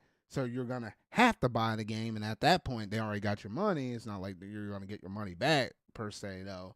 I think that's the fine line that you have to balance with demos because they can help get somebody interested just as much as put somebody off if it just doesn't happen to click with them. I think that's the main reason why we just don't see as many demos nowadays, though. Mm-hmm. Yeah, it's just annoying because like the games that I'd expect to get demos usually don't get them. Like At least games Square like Breath Enix of the does a good Wild and job with their demos. Like I feel like most of all of their games they put out, especially with them being RPGs, I kind of like how you carry that save progression over into the main game. They've been doing a pretty good job with that. I've been liking that. But I outside of just them, I don't think a lot of other people take advantage of that. At least not as much as what we're used to. But like I personally just think there are so many good examples of things they could do for demos that they usually never do. Like a game like Zelda Breath of the Wild, the Great Plateau is quite literally the perfect area to just have a demo. Just have the whole demo take place in the plateau, and that's it. Like they make these demos for these kiosks. I wish they would just release them for like, you know, on the eShop oh, just I to got try you. out a Yeah, game. the I when I they do those understand in person multiplayer games events, not yeah. having them. I Mm. completely understand multiplayer games only having like online tests. Like when they do an online test for Splatoon, like yeah. Like the whole point of buying that game is to play more of it. You're going to keep playing the same type of game, so you want to make them pay for that. You don't want to make a demo and then they could just only play the demo and get a similar experience. But for single player games, I think they should always have demos, Mm-hmm. personally. Or like, what's the thing about PlayStation with if you get like Premium Plus or whatever, you can like try out a 2 hour demo of games, Oh yeah, yeah, yeah. which is Yeah, a nice that's the feature. tier I'm in. I wish we got something similar with expansion pack. They do those 7 day free trials, but those are only for specific games at specific times, and they're usually never games I care about. Hmm. I don't know. That's a little bit of a side rant, honestly. It's just You've mostly been having a seventy lot of dollar those games. in this show. I ain't gonna lie. Yeah. Well, because we've had a month and I haven't been able to go on my little bullshit. Oh, good gracious. I gotta have my bullshit once in a while, Zard. Basically, $70 games suck, and I think Doom: The Dark Ages is in desperate need of a sale because I love the game, but like $70, love it. I don't know. Mm. Hey, at least I got mine for free when I bought this PC. I'll just say that. Hey, yo. Well, I, yeah, but you bought a $3,000 PC, so I mean, I'm just glad I got something for free with it. Because, I mean, nowadays you buy well, consoles, you yeah, don't get a game. but you did buy an extra keyboard. Well, that's before I knew I would have had a Well, keyboard though. yeah, But this so one's leagues better you didn't anyway save though, much so money. it's fine. I'll Fair enough. repurpose that keyboard for something else though. But anyway, all right. So I think that's it for Doom: The Dark Ages. Then let's go ahead and talk about this other game that came out with Fantasy Life I, The Girl Who Steals Time. Look here. I didn't necessarily have this game on my radar. I knew you did because we were talking about it anytime Level 5 having to talk about some of their upcoming projects and stuff. You were really excited about this game, and I was really excited for Deca Police. They delayed Deca Police. They're gonna do like a show with it and stuff. They're gonna try to make it like a big IP or whatever. Though they just need a little more time to cook in the kitchen though. But at least for now, they have Fantasy Life I. After X amount of delays, it finally managed to come out. And I remember you, along with other buddies, Sonic, always talking about the 3DS one, saying how good it was. And I was like, you know what? They said there was crossplay, cross progression, and stuff like that. So you can buy on PC, PS5 or like Switch and then have them all, interconnect with each other though. And I was like, you know what? I might as well go ahead and get it. I know you got it on PC. I decided to turn around and get the thing on Switch because they did announce there is going to be a Switch 2 version at a later given date that hasn't been announced yet. So I was like, hey, a game like this, I ain't going to be too crazy about the graphics. It's going to be doable. And at least while I've been going through and playing thus far, it has like that fusion of a Link's Awakening kind of feeling or a Link or Echoes of Wisdom, like a Legend of Zelda game, fused together with a little bit of like a Animal Crossing ish vibe. It's a weird fusion, but it somehow just works because you're going through this game and you're basically trying to I'm trying to say enough about the game without giving away enough of plot. Basically, you get stuck somewhere and you're trying to get off of this place though. But in order for you to do that, you're gonna have to, have some kind of life, whether you're an adventurer or I mean, no, not an adventurer, a mercenary, or you're a farmer, or you just happen to be someone that practices with sorcery or something like that. You're a woodcutter or something like that. There's a lot of different lives that you can do in terms of getting the income and, kind of building up your status of that given class that you're training to be like a profession up in there. and it just somehow naturally works. I mean, you could put all your time and focus on just one class. Maybe you want to, just, specialize in 2 or 3 of them that kind of interconnectively kind of work together. Or you could be a jack of all trades and, try a little bit of everything, though. But it just works. And it has been kind of captivated. And I will say, Steven, this game is giving me that little bit of an itch. And a game is good if it can give you a little bit of that scratch, give you that little bit of an itch. Say, you know what? I kind of want to do this, and this, and experiment around with this while you're not even playing the game. You might be at work, school, wherever, though, and you're already thinking about what you want to do next in this game. This game has gave me that itch, and I've been long craving that itch, though. And I didn't have this game on my radar. A lot of people talked it up, and I got it not on the day of launch, I think the day after or something. And they even came out with the sales saying, hey, over the first couple of days, the game already has managed to sell over 500,000 copies. It's on its way to maybe getting close to 1 million. We'll see. But my goodness, the game is good. I'm so glad that people, so many people will be able to finally get a life through this game. This is, for a lot of people, the first experience they'll ever have of getting a life, and I'm proud of them. I'm proud that it's such a good game that they get to experience it with. Which I don't even have to play the game yet. I haven't started it yet. I own it. I haven't started it yet, but I already know it's good because I love Fantasy Life. I love the 3DS one, and I was a little worried about specifically the Switch version when I first heard about it. I decided to get it on PC because I was worried it was going to run like ass, but from what you've told me, it runs decent on Switch. It's a solid 30 FPS. If you can get through Echoes of Wisdom, this game is perfectly fine. And I did not expect this game to blow up like it did. Hey, that word of mouth is kind of pretty powerful and stuff like that, though. I just like how you're able just to do so many different things because you can run through the game and then it's like, oh, okay, I got to defeat X amount of enemies because I'm in the mercenary class, right? Like, you see enemies and stuff spawn up on the map and stuff. So you got to kill like some kind of sheep or some kind of crab on the beach or something, or a turtle or something like that. You got to do that kind of stuff to build up your mercenary class and stuff like that. But then along the way, you'll notice a tree and it's like, oh, I could cut that tree down. You see some crops over there with some carrots. It's like, wait a minute, I can get them carrots. Wait a minute, I can get those carrots combined with a few apples over here. I could cook and get myself a better potion or something like that can help me when I'm out there fighting and stuff. And then wait a minute, I can probably craft a better weapon than what I got right now. If I'm the crafting class, I could do that. But wait a minute, that crafting class, how are you going to get the materials? You got to be like a miner or something like. So it snowballs with all the different lives that you can do up in there, and they all kind of, they're all separate things, but they can all kind of help progress different lives. And once you get in that snowball of effect, you're neck deep up in this mess over here trying to manage and do all these different lives. And I think that is the nice little charm about this game. I almost like to think of it as a resource management. It's kind of almost like real life, where you have a bunch of stuff that, some people have a lot of stuff they want to do, but they have to pick and choose what they put focus into. Mm-hmm. Like, for example, of course, I want to do this with video games. I want to do this, but eventually I want to get good at drawing and this and that. I got to pick and choose what I want in life, and I got to find out which of those is going to help with what I want to do. Of course, if I choose the warrior class or whatever it is in Fantasy Life, there are going to be specific classes that are going to help me out more. And when I do want to take a break, when I'm actually getting tired of the game, I can just try a new class. Yep. The game is kind of built for that. The game is built to just give you a ton of fun. You just switch around your classes. Or, if you're the type that wants to switch classes constantly, you're going to have so much fun. And if you're the type that likes to only play one class, you're still going to get a decent amount of content out of the game.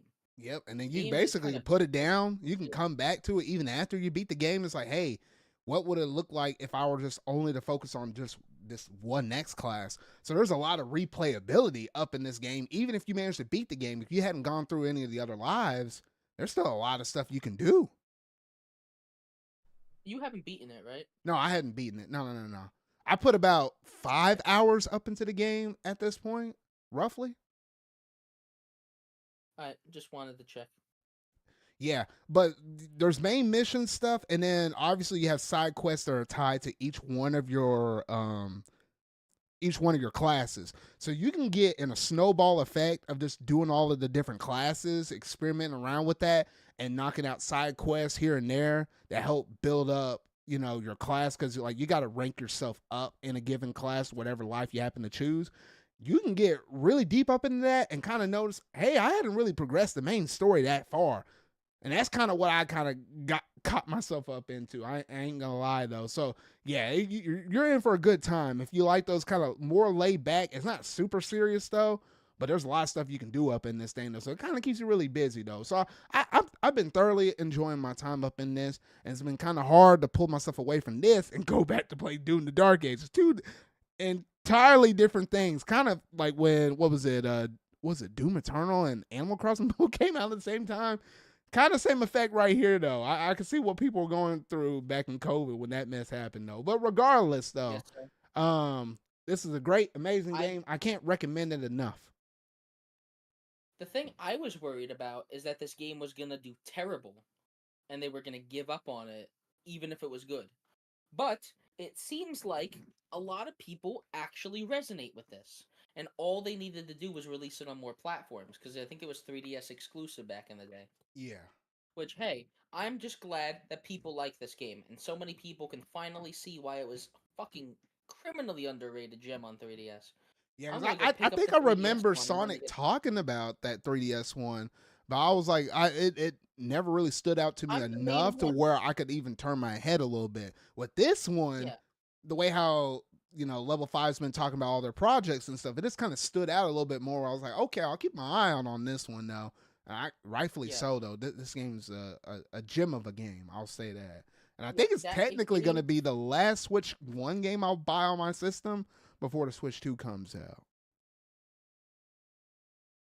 It left a really good impression on me, honestly, Hmm. and I personally cannot wait to play it. I know, and there's so many other things about the game that I've heard that I just have to experience. Like the fact that it has cross save, cross progression. Well, those are the same thing: cross save and cross play, which is crazy for a game on like Switch and PC. You know what? Apparently, you don't even have to make an account. No, no, no, no, Apparently, no, you no. just Well, in literally. terms of using the cross progression, you need to have an Epic's Games account. That's how they Okay, sync well, all I of that have an stuff Epic up. Games account. Yeah, so I'm I It's have not one cross too because play, but it's I have a couple of games through that account or whatever though. But yeah, that's how to do. You move your save stuff over from one console over to PC or to which another console. Yeah, I have no problem with that because, like, yeah, if you are the type to buy this game on both systems, you're probably fine with making an account to save it. yeah, Like, for example, when the Switch 2 version comes out, if I do like this game, maybe I'll double dip just so I could play it at a nice frame rate in bed. yeah. That's true. Yeah. I really do have to see because, it does seem like it's going to be a fun game. I think my only I. little negative bit on this thing is I wish the game was a little bit more zoomed out because I feel like I want to see a little bit more stuff beyond the edge of the screen of where I'm looking at. That's my only hindrance on this game. Everything else I love. That's just the only thing that's been constantly nagging at the back of my head. Like I want to see a little bit more north, but at the angle where you play the game, it's That just like, dang, that's all you can see. it's that 3DS DNA inside of it. Kind of, yeah. But yeah, outside of that, that's all I gotta say about Fantasy Life I, unless you had something else, Steven, to say. That's about it. Alrighty then. All right, well, that's gonna do it in terms of what we've been playing here as of late, because that's honestly, I think the only thing I've really been playing as of late, though. So now we're gonna go ahead and jump over to our next major segment, that being what's in the gaming news.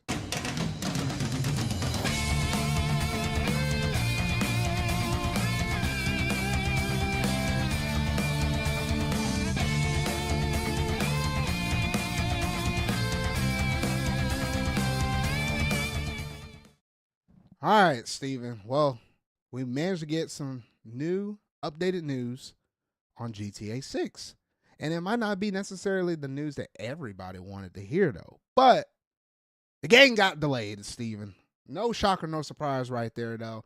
And it's actually going to be Yeah, coming out in May of 2026 is the new official date. They even gave us like an actual number. I think, is it May 26th?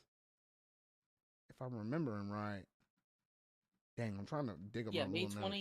May 26th, 2026, Okay. The which 6th is kind of that's rolling off the tongue right there. Hey. basically basically a year away if you think about it. Yeah, yeah, A kind of, year yeah. Where we're at right now, exactly it's exactly 1 year roughly away. 1 year. Yeah, 1 year. And to coincide with it, they did manage to give us the second trailer for this game. And gosh dang, Which the woman protagonist up in this thing, I can't remember her name though. Dang, she fine. Zard What? Zard, hold on.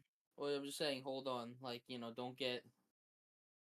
Oh, don't get too oh, crazy okay. for her. I ain't getting too crazy. I'm just saying. I notice I notice a fine looking She person when I see one. canonically, sh- she canonically has a boyfriend, so watch out. Hey, that dude ain't got nothing Which, on. That dude ain't got nothing on me. But I will lay yeah, that man I out think straight. But anyway, though, like I I was just gonna say, I think it's interesting that there's like a Bonnie and Clyde situation there. You got these like two, it's like a boy and a girl protagonist that are like criminals and like together. I think it's gonna be interesting for the story. yeah, I think that's gonna be kind of unique, and I feel like these two are probably gonna be a little bit more memorable. Maybe more people be able to kind of resonate with them in comparison to like maybe some of those other GTA games that we gotten prior to this. But I think it's gonna be a fun. I think it's gonna be a fun game, a fun experience. I mean, with the trailers and stuff that showed so far, fan service galore out that mess. Oh shoot, that golden dress. But outside of all of that stuff that people were just kind of popping off and saying stuff about, though, I mean, it's GTA at the end of the day. This thing is going to do wonders for them. And honestly, outside of the trailer just kind of showing a little bit more on the game and a little bit more on the story, I can't really say too much more on it because I mean, the game's gonna do good. It looks fine. It definitely looks like one of those games where it's like, okay, you can definitely see that this is not gonna be a game that could have had ran at all on like PS4 Xbox One generation. Because I Oh know for a yeah, lot of this people, they've been saying it doesn't really feel like the generation has truly started. I can see why they say that, but this one game right here is the definition of, oh yeah, no, like this can only happen on this current gen we're on right now. yeah, this is quite literally the only game that feels next gen to me. Like just with everything, like GTA is definitely trying to go for something realistic, which for GTA actually makes sense. It's supposed to be a realistic story in a city about like people doing realistic things. The only thing that's fictional is like the city and the characters. Like it's trying to be like real. Besides that, it's trying to be like, in my opinion, it's the only type of game that does like the interactive like movie type of stuff right. Especially because GTA actually does have like fun gameplay Mm-hmm. for the most part. Like actually moving around just as your character in GTA is fine, I guess. But, like getting chased by cops while you're in a car and like shooting back at them, it is fun. I have fun playing GTA 5 just messing around. It's the perfect like sandbox type of game. Just turn your brain off and have a good time. And especially with how nice this game looks from what we've seen, I'm definitely going to get this on PS5 if anything. I'm just worried that it's going to be a lot of money, especially with something else we're going to talk about very soon. I'm very worried that they're going to be, like, oh, we're going to charge up, this is such a premium game, it's such a big game, we're going to charge way too much for it, which might turn me off. But right now, I'm definitely interested in GTA 6. It's got, like, we've seen a couple pictures of, like, some of the main characters. Uh, we seen in that trailer a lot of the locales. The lighting in this game is incredible. Like some of these screenshots, I gotta be honest. Some of these screenshots, you look at them at a glance, you could mistake them for live action. Yeah, no, yeah, the graphics on this is pretty impressive. I ain't gonna lie, because you almost could have thought that this is either like a movie because it looks like, hey, these are like real shots of like what could be actual people. It's pretty impressive to see what they're able to kind of do and cook up in that kitchen though. But Yeah, Rockstar still got it. yeah, they still got it. Rockstar still got it. But I think outside of that, I think that's all we got to say on GTA 6 until they drop I guess, a third trailer, maybe in another 4 to 5 months from now. I guess probably sometime in the fall they'll have something else though. But yeah, all right. So that's it for GTA 6. Now we're gonna move it on over to some Xbox related news that's a little bit unfortunate. And some people were trying to give Nintendo a little bit of heat up on this thing, though. But I don't know. Because Xbox, they came out and said, hey, look, starting around this fall holiday season, a lot of their games that will be like, AAA games that normally will cost $70, they're all going to go up to 80. If it was a game that would have been considered as a $70 game, that mess is going up to 80. So it's gonna be akin to like how Mario Kart World costs $80. That's going up, along with a lot of the consoles as well as the controllers as well. All of that's actually going up as well. Some of that might be due to tariffs and other economic stuff that it's all kind of centered around that mess though. But yeah, almost across the board, except for Xbox Game Pass for the time being, has just gone up.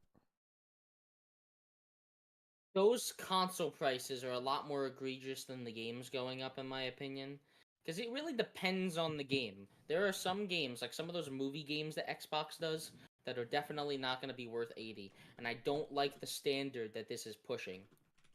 Personally, people are going to say, "Oh, Mario Kart World started this." Mario Kart is definitely a greedy example, but Xbox was going to do this anyways. There's no way that they would have made that decision like since Nintendo, announced this. They didn't see Nintendo doing it and then they were like, "Oh, we can do that too."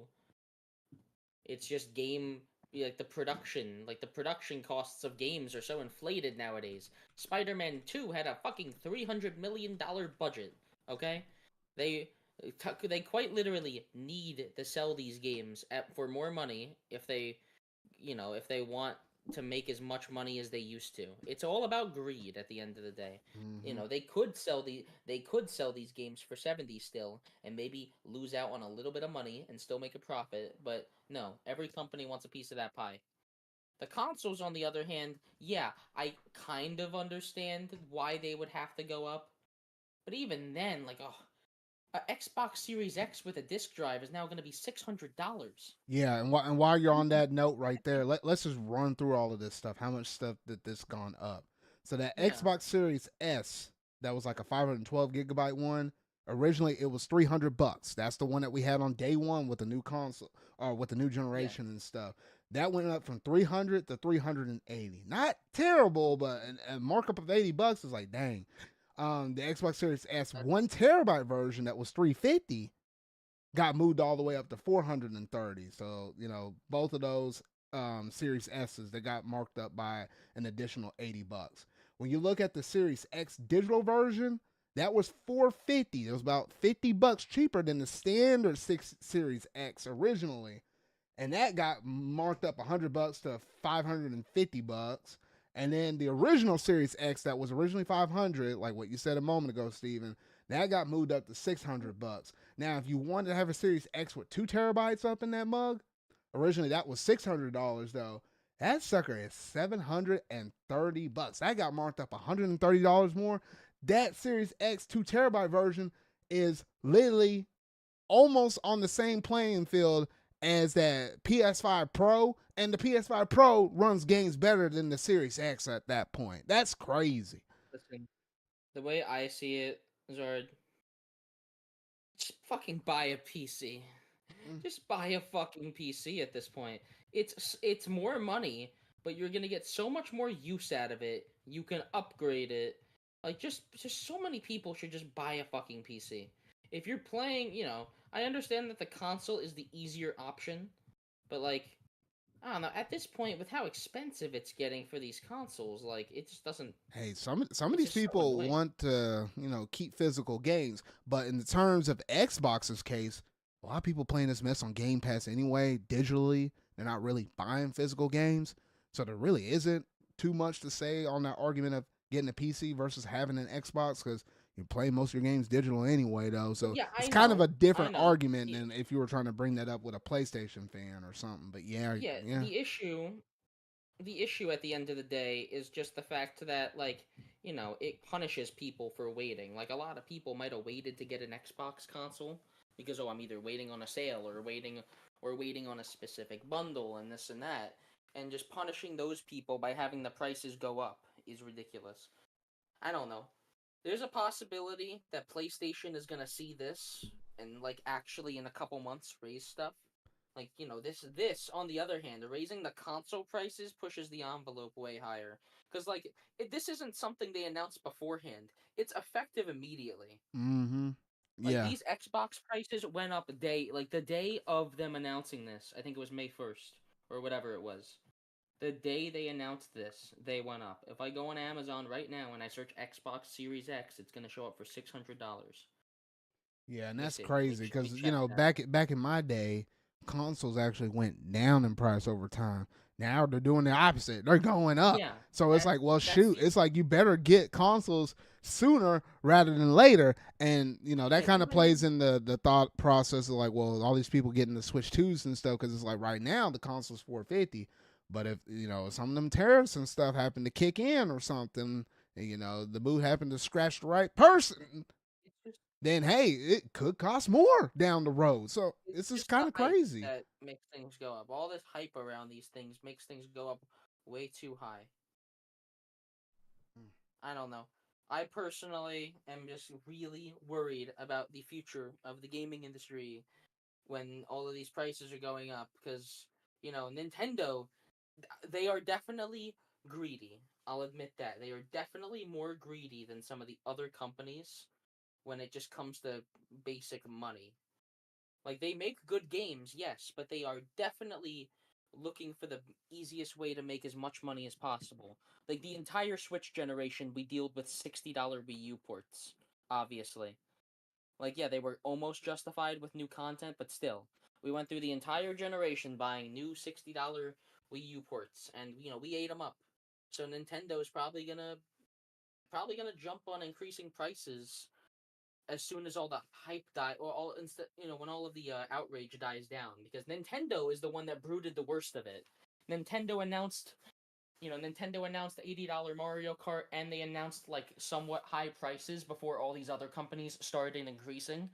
So they were obviously the first ones to kind of get shit on about everything. So Mm. they kind of took most of the initial backlash. So Xbox, obviously people were not happy, but, like, a lot of people already kind of expected this after Nintendo did it. So I definitely think Nintendo is gonna see what Xbox is doing, and then see what PlayStation's gonna do soon. Because I guarantee PlayStation's gonna do something eventually.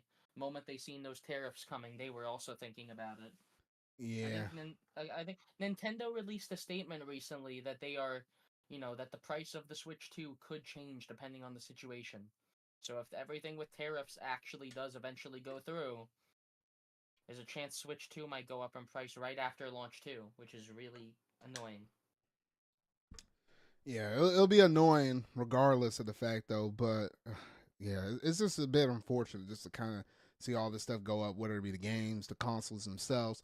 PlayStation, I think, is the only one that hadn't really said anything too much. I mean, yes, they took up console prices in other regions prior to Xbox making this announcement. I can't remember how many weeks or like if it was a month or two before that, whenever It that was the actually last happened. podcast we talked about it, I Oh, then think. that was a whole month ago. Then yeah, and Yeah, this news was like, okay, it might have been a difference of a few weeks or something like that though. But I feel like it's only a matter of time before PlayStation will say, hey, we got to take up the price of some of these consoles here, at least in the United States. And as it stands now, in terms of first party wise from PlayStation, Ghost of Yote could very well be maybe the last game that they might put out at the $70 MSRP before even they might start looking at Nintendo with Mario Kart World with 80, or like the next Call of Duty. That's going to be like one of those games that probably will sell for $80, but a lot of people probably will get that on Game Pass regardless though.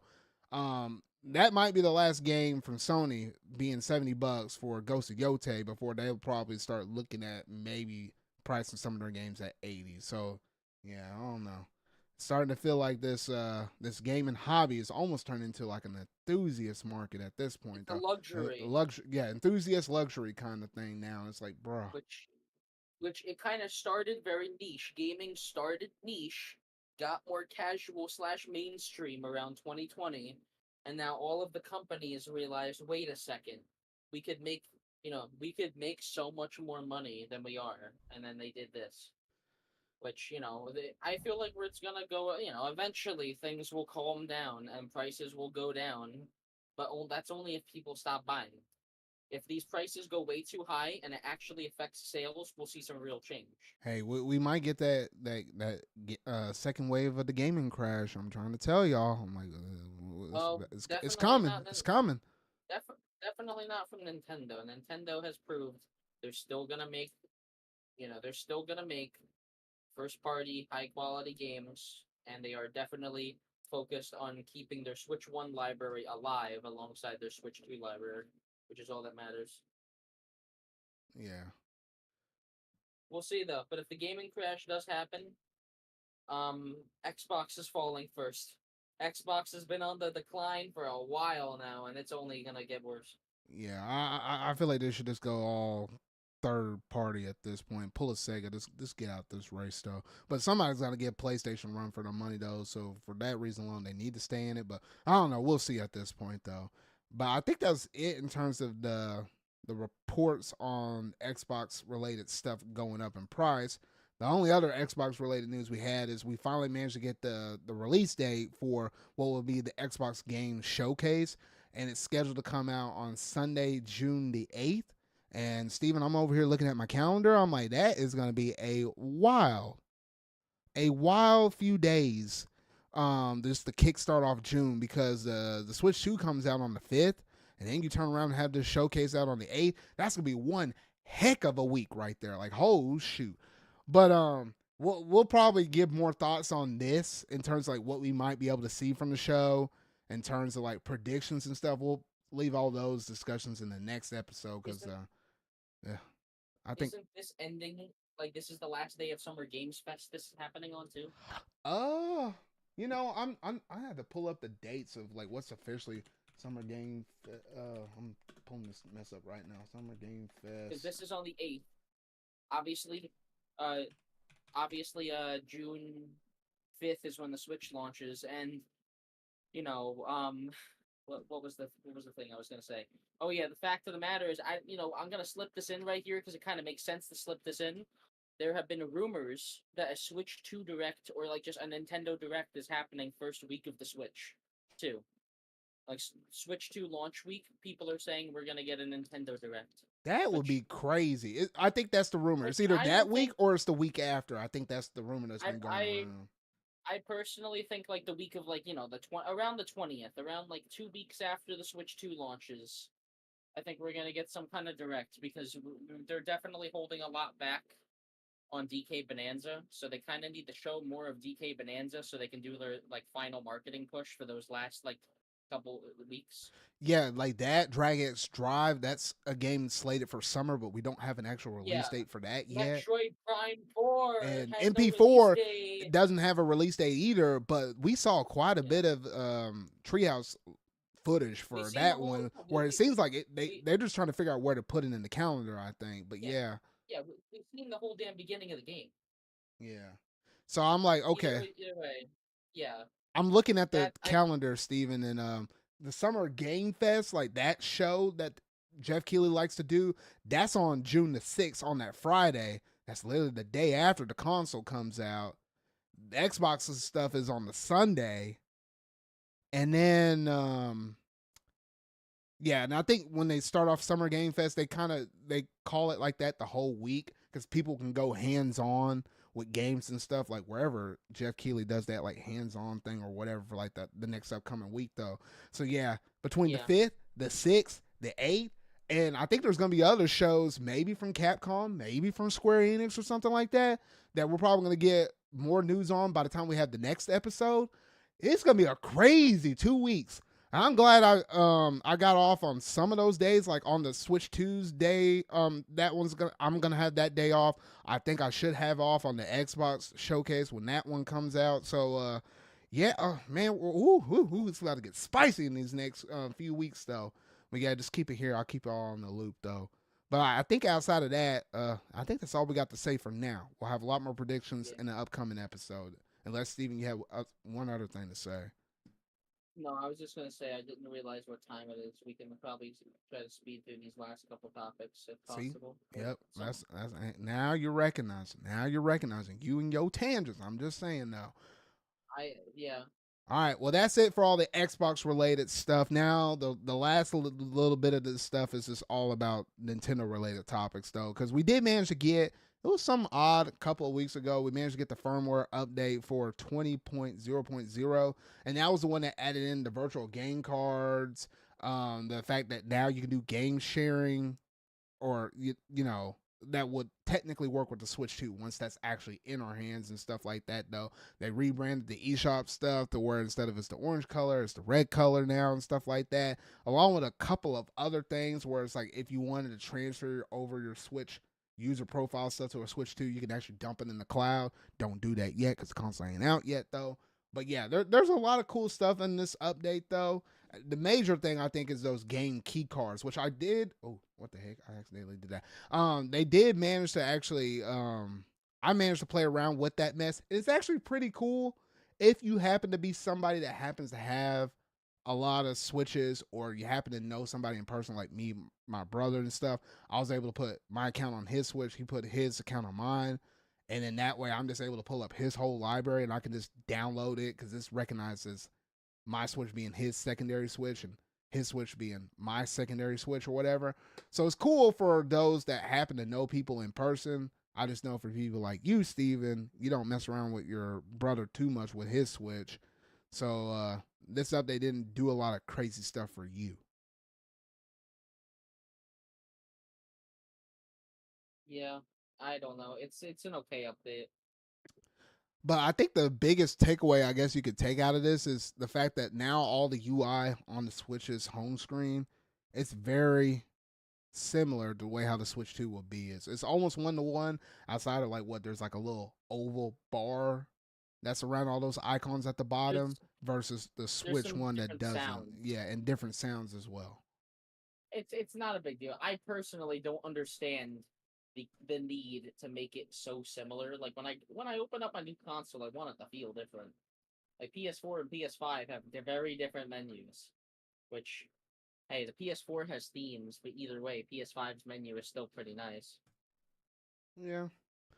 I don't know. That's like my own little nitpick. Like I kind of agree with you on that one right there. I wish that there was a little bit more differences here and there though, because I mean, if I were to show this to somebody and they couldn't quite remember how the Joy Cons look, you can almost, if the the consoles with the Joy Cons attached to it like that, you can almost pass it off and say, oh, that's just like a Switch One. Until you actually boot up some of those games and stuff where you start seeing the differences and stuff like that. I don't know. That's just how I personally feel about it though. But overall, it's probably the most significant update we probably ever had on the Switch in quite some time, just with the virtual game card things alone though. But yeah, Yeah, which it just feels weird adding this so close to the Switch 2. Like I feel like this should have been something that they introduced a while ago to get us used to it. yeah, you would think though, but It's interesting. I don't know. yeah. Moving over to the next topic though, we did manage to get some updated fiscal reporting numbers for the Switch. And this is like what the last fiscal report that we're gonna have for this thing, while it's the only console on the market. Before then we'll have Switch 2 related numbers that we also have to kind of report about on the side though. And doggone it, I thought I had this stuff pulled up on the side. I was just gonna blast through some of these numbers though. We don't have to go real deep up in it though, but I did want to report on it one last time though. Oh gosh, where the heck is this mess at?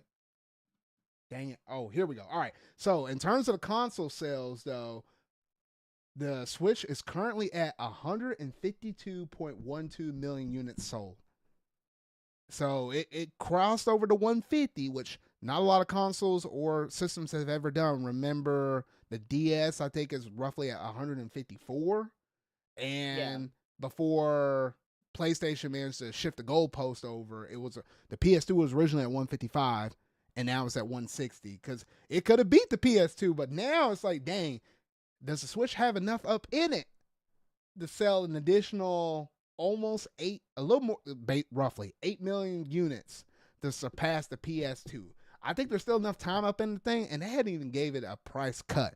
But I guess with all these tariffs and stuff, who knows? They might still not be able to give it a price cut, even though I feel like it should. But it's kind of interesting though. Um, shoot, and then I was trying. yeah. It's gonna beat the DS by the next time we get reports, which hey is gonna be an accomplishment definitely. It's I don't think it's gonna beat the. The I PS2. personally don't think it's gonna beat the PS2 because come on, Sony in a couple years, Sony's gonna be like, hey, it actually sold 170 million. I They're just know. gonna I was fucking like, if up the they moved number that again. They goalpost, I was moved up thinking, the number and again. it They rubbed moved me off the wrong way up. when he moved that goalpost right before what was it, Jim? Yeah, before he resigned it's from dumb. Sony, he already kind of gave that to us, and then when they had their anniversary, then they hit us with it. I was like, bro, what the heck? Yeah. I don't know. Yeah, it's fucking stupid, but like that's not a crazy big deal. Yeah, it's not super crazy or whatever though. In terms of, dang, where they? I know I saved more stuff up in here. I was trying to figure out. No, that's the previous report. I'm trying. Dang it! Where is my list for the top 10 games, bro? What the heck? Dang, I know I had this mess saved up in here somewhere. Oh man, dang, I'll be a monkey's uncle now. I gotta look this mess up. Let's talk about something here for a moment, Steven. And Wait, list of what? I'm sorry, the I had to top go ten, get something. the top 10 games for the updated sales and stuff. Because I Oh, the know Switch. yeah. Oh, the updated physical reports. Okay. At least for some of the games, like obviously Mario Kart is still on top. I'm just gonna talk about the ones I know, real quick.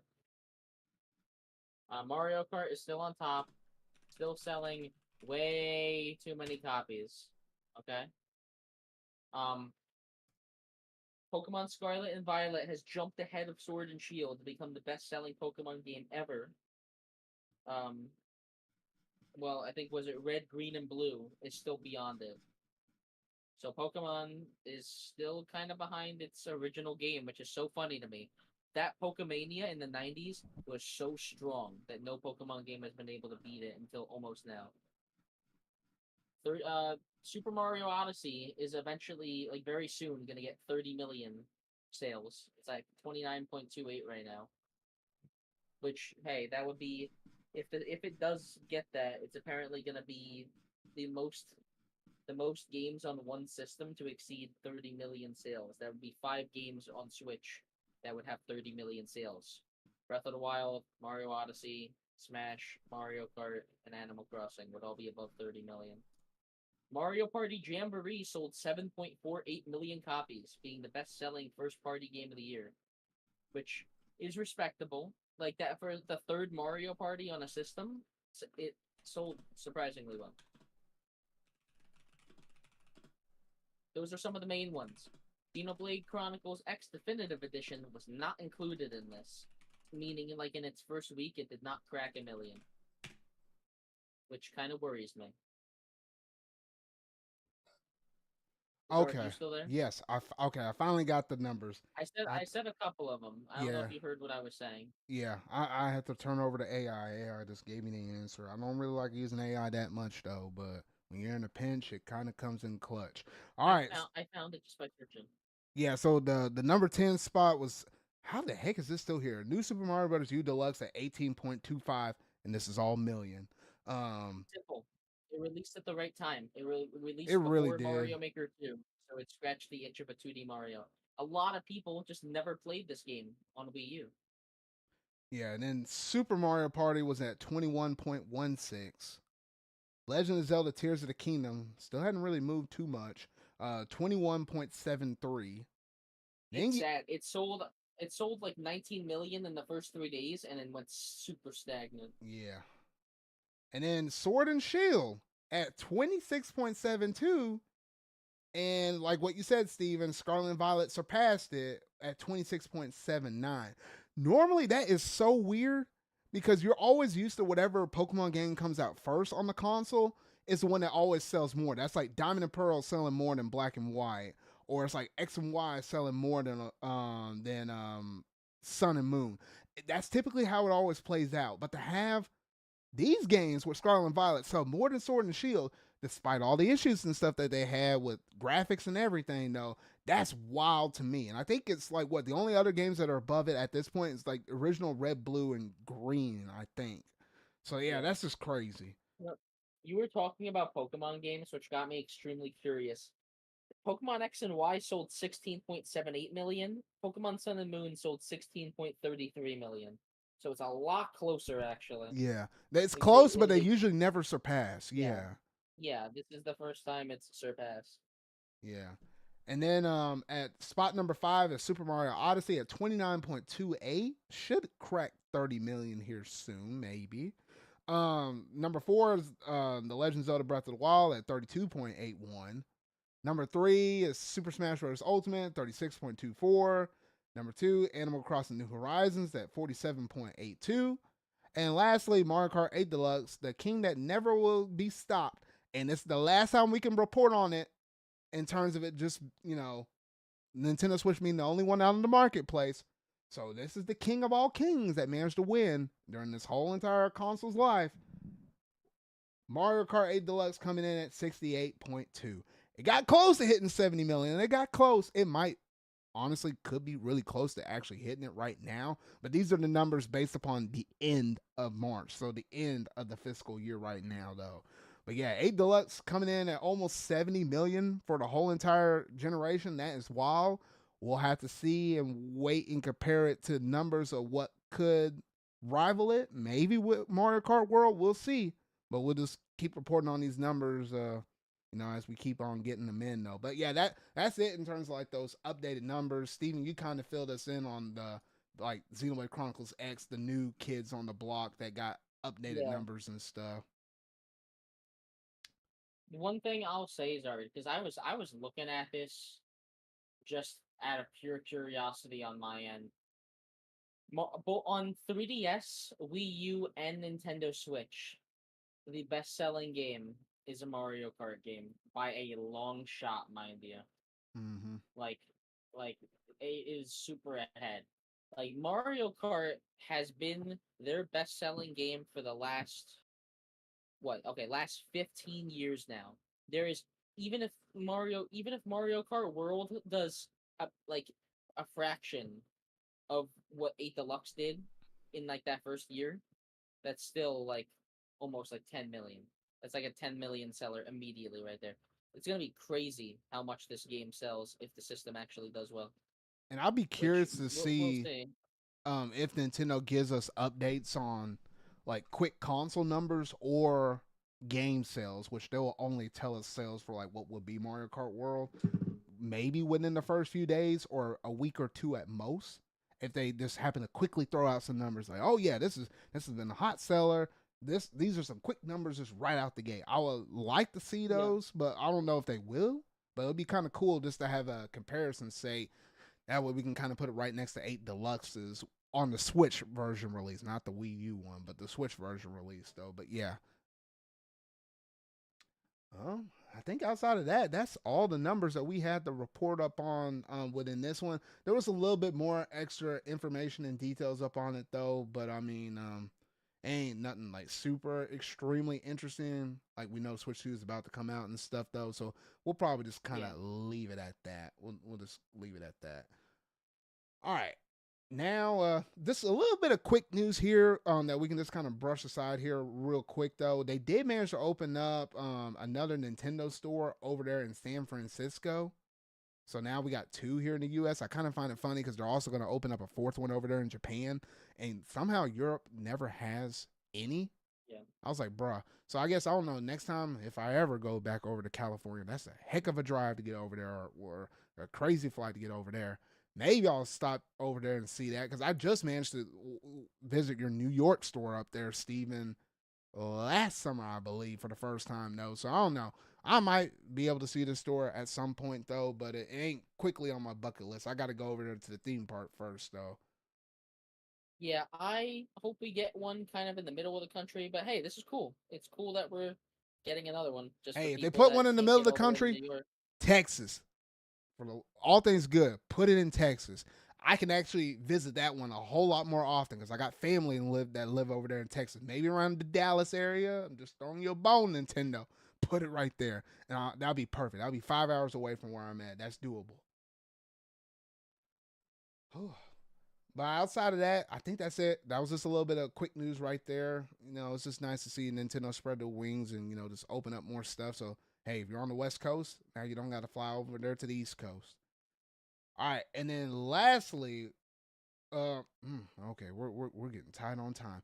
We're just gonna go quickly through some of these Nintendo Switch One updates. They finally actually managed to specify the details of like what you kind of expect in terms of like what you will get with all of these Switch One updates while you're playing them on the Switch Two. So we can kind of blast through that here real quick because I know a lot of people are kind of Yeah. questioning like what would be the differences on all of this stuff though. So on Arms, you're gonna get a resolution bump, you're gonna get a frame rate bump, and you're gonna get HDR support. While Captain Toad Treasure Tracker, you'll get resolution plus HDR. Game Builder Garage, you'll get a resolution boost plus mouse controls. Mouse controls makes perfect sense. I think you could already use a mouse, like a USB mouse, already on the Switch Yes. One version. So that just makes natural sense. New Super Mario Bros. U Deluxe is just resolution boost. Scarlet and Violet. I might fire this mess up on like day 1 or 2 while I got my Switch 2. Resolution boost plus frame rate. We'll see exactly how that looks now. Mario 3D World plus Bowser's Fury. It got a frame rate boost slash HDR. The HDR is only in Bowser's Fury. So, okay. Mario Odyssey is getting the resolution boost plus HDR. Echoes of Wisdom is getting resolution plus HDR, as well as Link's Awakening is getting resolution plus HDR. And in some of those games, you actually going to get game share support. The ones that got game share support was Super Mario 3D World plus Bowser's Fury. Mario Odyssey, only I guess with Cappy. That's kind of weird though. And Captain Toad Treasure Tracker, I think, is also getting the Yeah. yeah, Captain Toad Treasure Tracker is The also getting the game share, and Clubhouse Games I know is also getting listen, the game share support. Clubhouse games and 3D World, it's really cool to get it.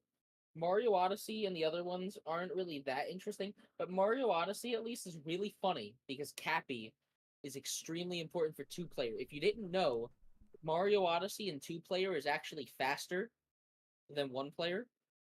I mean, yeah, you got two people And that assisting well, going through the whole game. that's what I'm saying. Well, yeah, it's faster, so speedruns can actually be done through this game share for like two player, which is funny. At least for me, who actually cares about Mario Odyssey speedruns, I think that's neat. Bowser's Fury as well. Bowser's Fury, you can play as Bowser Jr. through game share. So like you can do like Mario as one player, Bowser Jr. as the other player through game share on that. Hmm. Yeah, no, that's pretty cool. I like that. Yeah, because I think the one that I would take the biggest advantage of would probably be Clubhouse Games. Because I know me, you, and Sonic, we own those games though, but some of our other buddies don't, and that could just be for a good, fun, casual game night or whatever. It'd just be nice just to have one of us open up the thing and then have all the rest of the people join in that don't have that game. Because there's Yeah. some cool games up in that game that I think this is And fun in party settings. That the and fact you can do this locally. that and local too. That's pretty cool. And then also Captain Toad's Treasure Tracker because I own that game, but it would be kind of cool to play it with a second person. And I'll go back through and play through some of those levels again if I was playing it with someone like you or maybe Kyle. Yeah, and I don't own it, so I could steal it from you temporarily. I mean, yeah. I mean, yeah. You can temporarily. I mean, you I say can leech. steal I it, can be a but leech. I'm mm, joking. I could be a leech. I could like latch onto you. play the game and not have to buy it. Hey man, that was the best $4 I ever spent from Walmart. Man, I got that game for a heck of a deal. It came with all the DLC as well. Best $4 I might have ever spent up on this Switch. I ain't gonna lie. But yeah, no, no, the game is phenomenal. So I want to share that experience with a lot of y'all, though, because that's low key a really good game, and not a lot of people probably know about it. I'm just saying. But yeah, so honestly, some really good updates from all these Switch things. This is great to actually know the fine details on every one of these little games, though. So yeah, Steven, in terms of Switch One games, when you get your Switch Two, what would be the first go to game that you will mess around with? I'm Out of the checking free updates. Echoes of, I'm checking Echoes of Wisdom. I'm checking Scarlet and Violet, and I'm also checking to see if any of these games that got quote unquote frame rate boosts are getting 120 FPS. Because we don't know yet. You you said you're checking Echoes of Wisdom. Is that the one you're gonna check?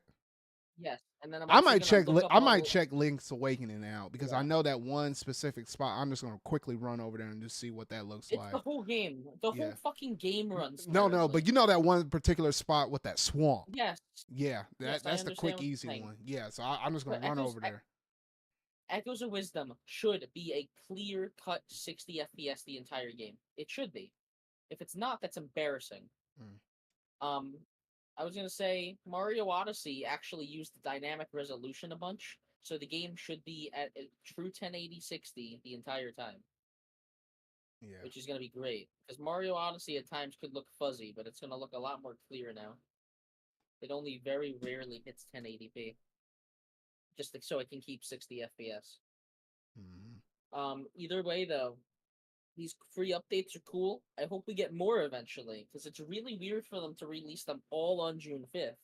I feel like more have to be coming. No, I think they're gonna do the free updates. They're gonna be kind of in waves. I can think of like a few other ones, like for example, Legend of Thousand Year Zelda. Door.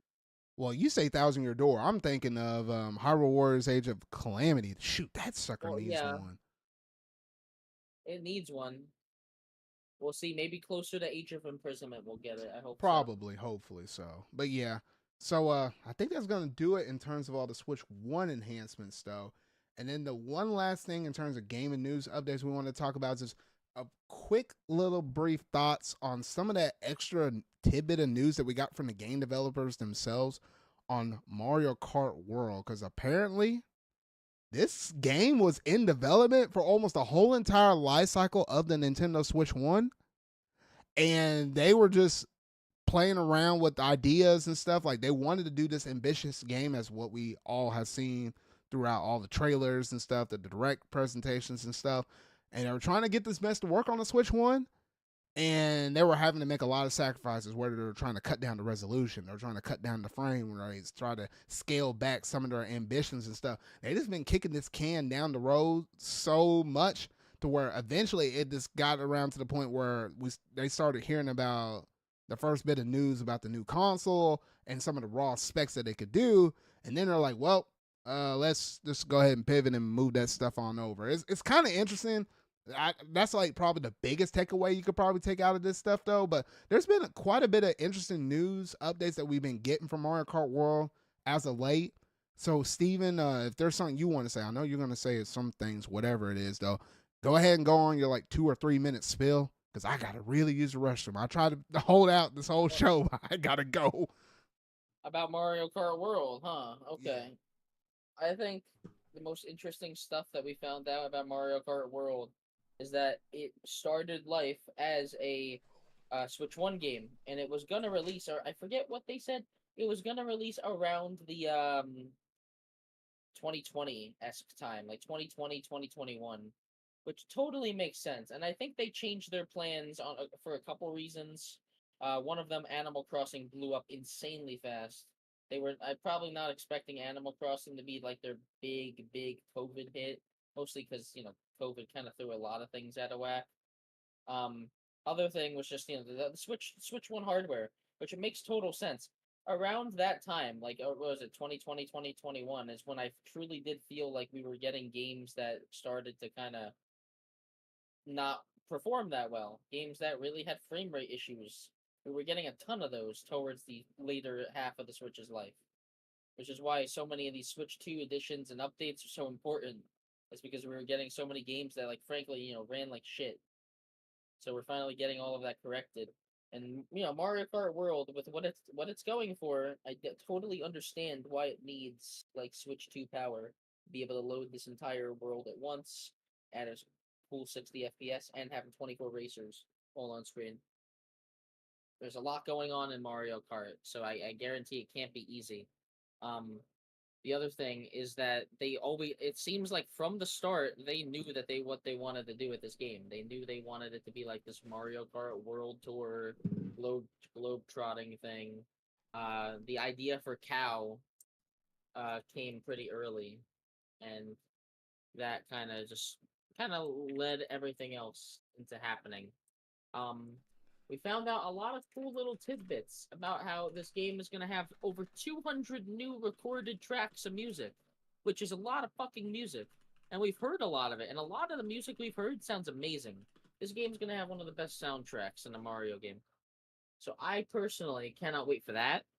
Um, we've seen more of the missions. They showed us more of like the missions on Nintendo Today and also in like this development thing.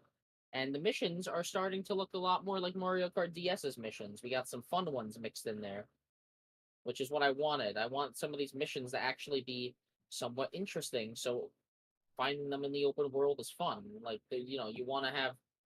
I want a reason to actually explore this open world and have fun with it. But besides that, we didn't really find out much that was interesting. Just the fact that this game, if it was gonna come out on Switch One, they would have Mm-hmm. had to cut it to 30 FPS, which I'm glad we got it on Switch Two.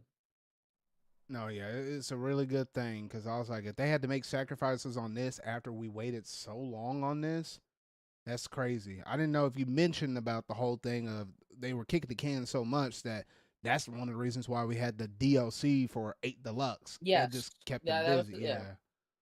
Yeah. It definitely it proved that suspicion that the booster course pass was basically filler. It was just all right. We're taking too long. Let's make this cheap and easy solution. So anyone trying to say that the booster course pass was Nintendo, this and that. Basically, there was a bunch of people trying to defend the booster course pass for why it looked like that. Yeah. No, the booster course pass looks cheap because it is. Hey, they were just like, hey, let's just put this mess out. Just give us Like, a little yeah, more I time, I essentially. I like the booster course pass. I'm glad we got it, but it definitely was a weird solution, like to not do this earlier. Mm-hmm. No, it makes I perfect don't know. sense now why we got it when we Yeah, did. yeah, I understand that. It kept Mario Kart on people's minds, and it kind of kept people hoping, waiting for that next one. It's very interesting, and they gave it to NSO expansion pack users for free, so it's not even really something we had to buy. It's just something we got Yeah. for like That was cool. for the people to get expansion pack. It was nice, definitely. All right. Well, I think that was all we had to say on Mario Kart World. As for now, and lo and behold, in the next episode 105, we're going to have this thing in our hands. So next time it'll be our impressions on the game. We can finally say how we actually felt about it because none of us have gone to those Switch 2 experience things yet. So next time, it should be a fun, exciting episode because we'll have to give our thoughts on World, the console itself, and then performances on some Switch 1 games. There will be a whole entire segment just dedicated on the show for that, though. But yeah, that's going to do it for that. And then last and certainly not least, it's not necessarily gaming news, but I did want to kind of just take a one little. I know we're going a little bit into overtime though, and thank y'all that's still tuning in and watching this or listening to this after the point though. But this is, believe it or not, the last episode of the podcast that we're gonna have where the Nintendo Switch is the only console released by Nintendo on the market. Next time there's going to be a Switch 2, and a lot of heads are going to be pivoting over to that new shiny new system. So I just want to take just the time out just to kind of give our overall reflections on the Switch, fond moments, fond memories, favorite games, etc. Just cramming all here in this one little segment right real quick. Because I would say I don't think, Steven, I don't know what your story is, but at least for me personally, with the Nintendo Switch, I don't think I ever had a console that I own this many games for, point blank, period. I think the one that's in second Yeah. place is the Wii for me personally. The Wii I had 30-ish. The Switch, oh shoot. I think I got close to like 100-ish games. I don't even want to know what the actual number is. I have a stupid amount that's physical. I have a stupid amount that's also only digital as well. Like, I would say, like, this is really, quote unquote, made me felt like a little bit more of a gamer, because I experimented with so many different other games and genres that I think before the Switch came out, I was primarily just a Pokemon, a little bit of a Zelda person, and a Mario one person through and through. Obviously, you have your Smash Brothers and stuff like that up in there, though. But I didn't really mess around with too many other things. It was like the Wii U 3DS generation rolling into the Switch. That's where I started messing with a whole lot more third party games, because I did a few here and there. My parents bought them, but like, gosh, I didn't nearly experiment nearly as much as what I did with the Switch. And the Switch was a heck, and I do mean a heck of a beast in terms of an RPG machine. So that's just some raw thoughts on this thing. I'm grateful for this system. It allowed me to build some close relationships with some of y'all buddies and stuff I know on Discord as of now.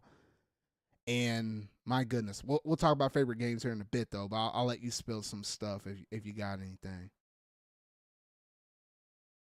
Yeah, I definitely love the Switch generation. It's the one of the only generations that I've actually been there from the start and was there till the end. Was there launch night of the Switch One. Got my Switch One launch night, played Breath of the Wild all night.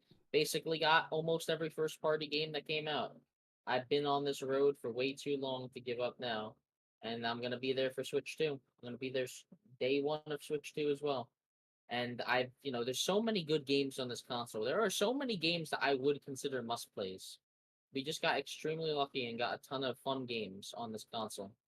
Having it was fully portable. It did everything that we wanted from the Wii U. Everything we wanted from the Wii U was fully realized.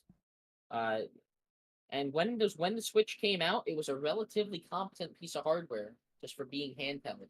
There were not a lot of handheld PCs around that time, so it really was special when it came out. And even now, Switch is a really nice piece of hardware when it comes to, people are going to be modding it in a couple years and this and that. And I'm sure that there's going to be a ton of stuff with Switch 1. Like, Switch 1 is not dead. Switch 1 will persist. And I'm definitely excited to see what Switch 2 brings us, but I loved the Switch 1 generation, and it's going to be sad leaving it behind. At least Nintendo is not going to really forget about these games yet. Nintendo's going to presumably keep supporting Switch 1 games just like their modern games. Just for a little bit, at least. Yeah, and I forgot. Yeah, this was the first Nintendo console I ever gotten on launch day. I still remember going up to my Target. I didn't have a pre-order for that thing. I managed to pick up the limited edition of Breath of the Wild without a pre-order. I was like, that was freaking unheard of. I just saw something on Twitter saying, hey, they were doing that stuff, and I was like, man, and it was a dumb rap.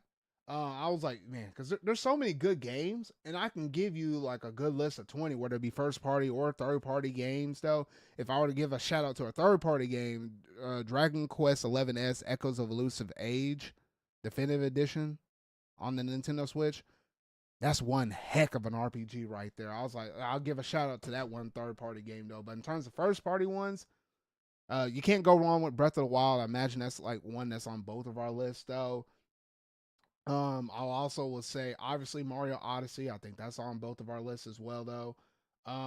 Luigi's Mansion 3. I never was a fan of the Luigi's Mansion series until I played that one. I still say that's like one of the best looking games up on the system though. Also got to give a shout out to Xenoblade Chronicles 2. That got me totally fixated in the Xenoblade Chronicles series. I'm hooked to death up on that mess though. Great, phenomenal game right there.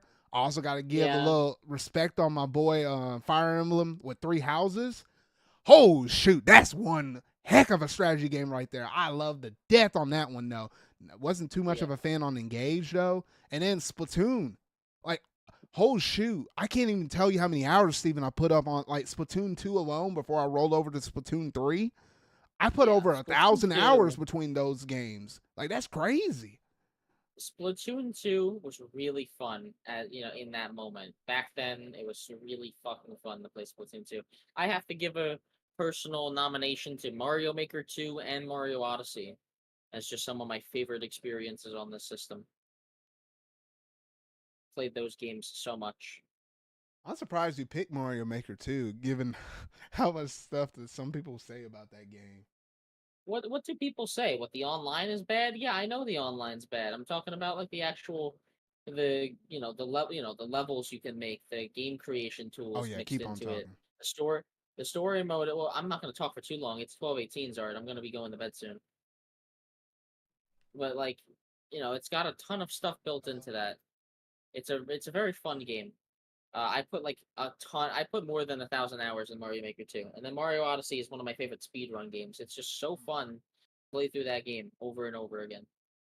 And then Metroid Dread also came out. We got Metroid Prime Remastered. We got so many good games. We got so many series that came back for the first time in a while. Oh, okay. Like Gotcha. The Switch really is like the home for so much Nintendo stuff, Hmm. which is definitely nice. Okay. All right. I just hope that, Switch 2 gets the consistent quality that I expect from them now. Donkey Kong Bonanza is looking like the second coming of Mario Odyssey Christ.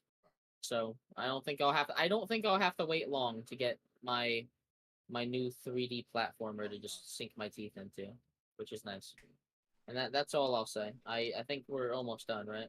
Yeah, no, we're No, almost done. no, I just not got trying off to a rush. phone call, but yeah, no, you mentioned some really good ones up on that list though. But yeah, the fact that Nintendo pulled this mess away with it being a handheld and a dock console experience, nothing we never seen before for the most part up until this point, and it just ran away and inspired the whole handheld PC gaming market now with Asus ROGs and Steam Decks and everything else in between though. Like my goodness, like Nintendo was definitely on one this generation, and I can see why. It definitely, when it's all said and done, it's either going to be the number two highest selling console of all time, or it could still get kind of close and rival that PS2. We'll see exactly how close it will get though. But rest assured, man, the Nintendo Switch, it's going to be a freaking phenomenal system. And I definitely put it up there in terms of like some of my most favorite overall consoles of all time. Yes, the experience might have gotten a little bit stale with some of the performance issues that we might have gotten in the Switch later in that generation, though. But for what all that little system can do, essentially, it's like a tablet at the end of the day. That's just freaking insane. So thank you, Nintendo, for putting out a great console. I'm really looking forward to what we're going to see next with the Nintendo Switch 2 and the improvements they can do even for Switch 1 games, let alone everything else will get brand new for the Switch 2 moving from that point on in the future, though. But man, it's been one heck of a ride dating all the way back to March 3rd of 2017. Thank you. All right. And with all of that said, that's going to basically do it in terms of my ZardCast episode 104. Man, I know it's a big, long one. We went a little bit into overtime, though, but I think rightfully so, as this one being like the very last episode that we have right before we're on the precipice of a new generation of Nintendo. Exciting times is ahead of us. And this next episode with 105, man, it's going to be a big one right there. A big one. A lot of stuff is going to be going down in the gaming sphere just in general, though. But, Steven, let the fine people know where they can find you at. You can find me on Twitter at Steven Jr. 1231, or you can find me on a collab channel I do with some friends called Spaghetti Disco on YouTube. Alrighty, and that's going to do it in terms of this one episode right here, though. So if you really like this podcast, make sure to go and hit that like button. Go ahead and hit that subscribe button and that bell to stay up to date on all things video game related I feel like talking about and discussing. And if you're curious and want to support the channel just a little bit more, then feel free to hit that join link down below, though. But that's going to do it for this one, though. And if you happen to be listening to this podcast on one of your audio onlys, whether it be Apple podcasts, Spotify podcasts, Amazon Music, or over to our YouTube Music, or even on iHeartRadio. Yes, you can listen to me in the car. Then feel free to hit that like button. Go ahead and leave a 5-star review. Just let everybody know that we're just a couple of dudes that just like to talk about gaming news, pop culture stuff, a little bit of Marvel news here and there, though, and everything else in between. But that's truly going to do it in terms of this episode right here, though. So remember, y'all, until our video I make next, until my next exciting episode of the ZardCast episode. Dang it. The next exciting episode of my ZardCast podcast, that being episode 105, to bring in the brand new generation of Nintendo and all things Summer Game Fest. I'll see y'all later.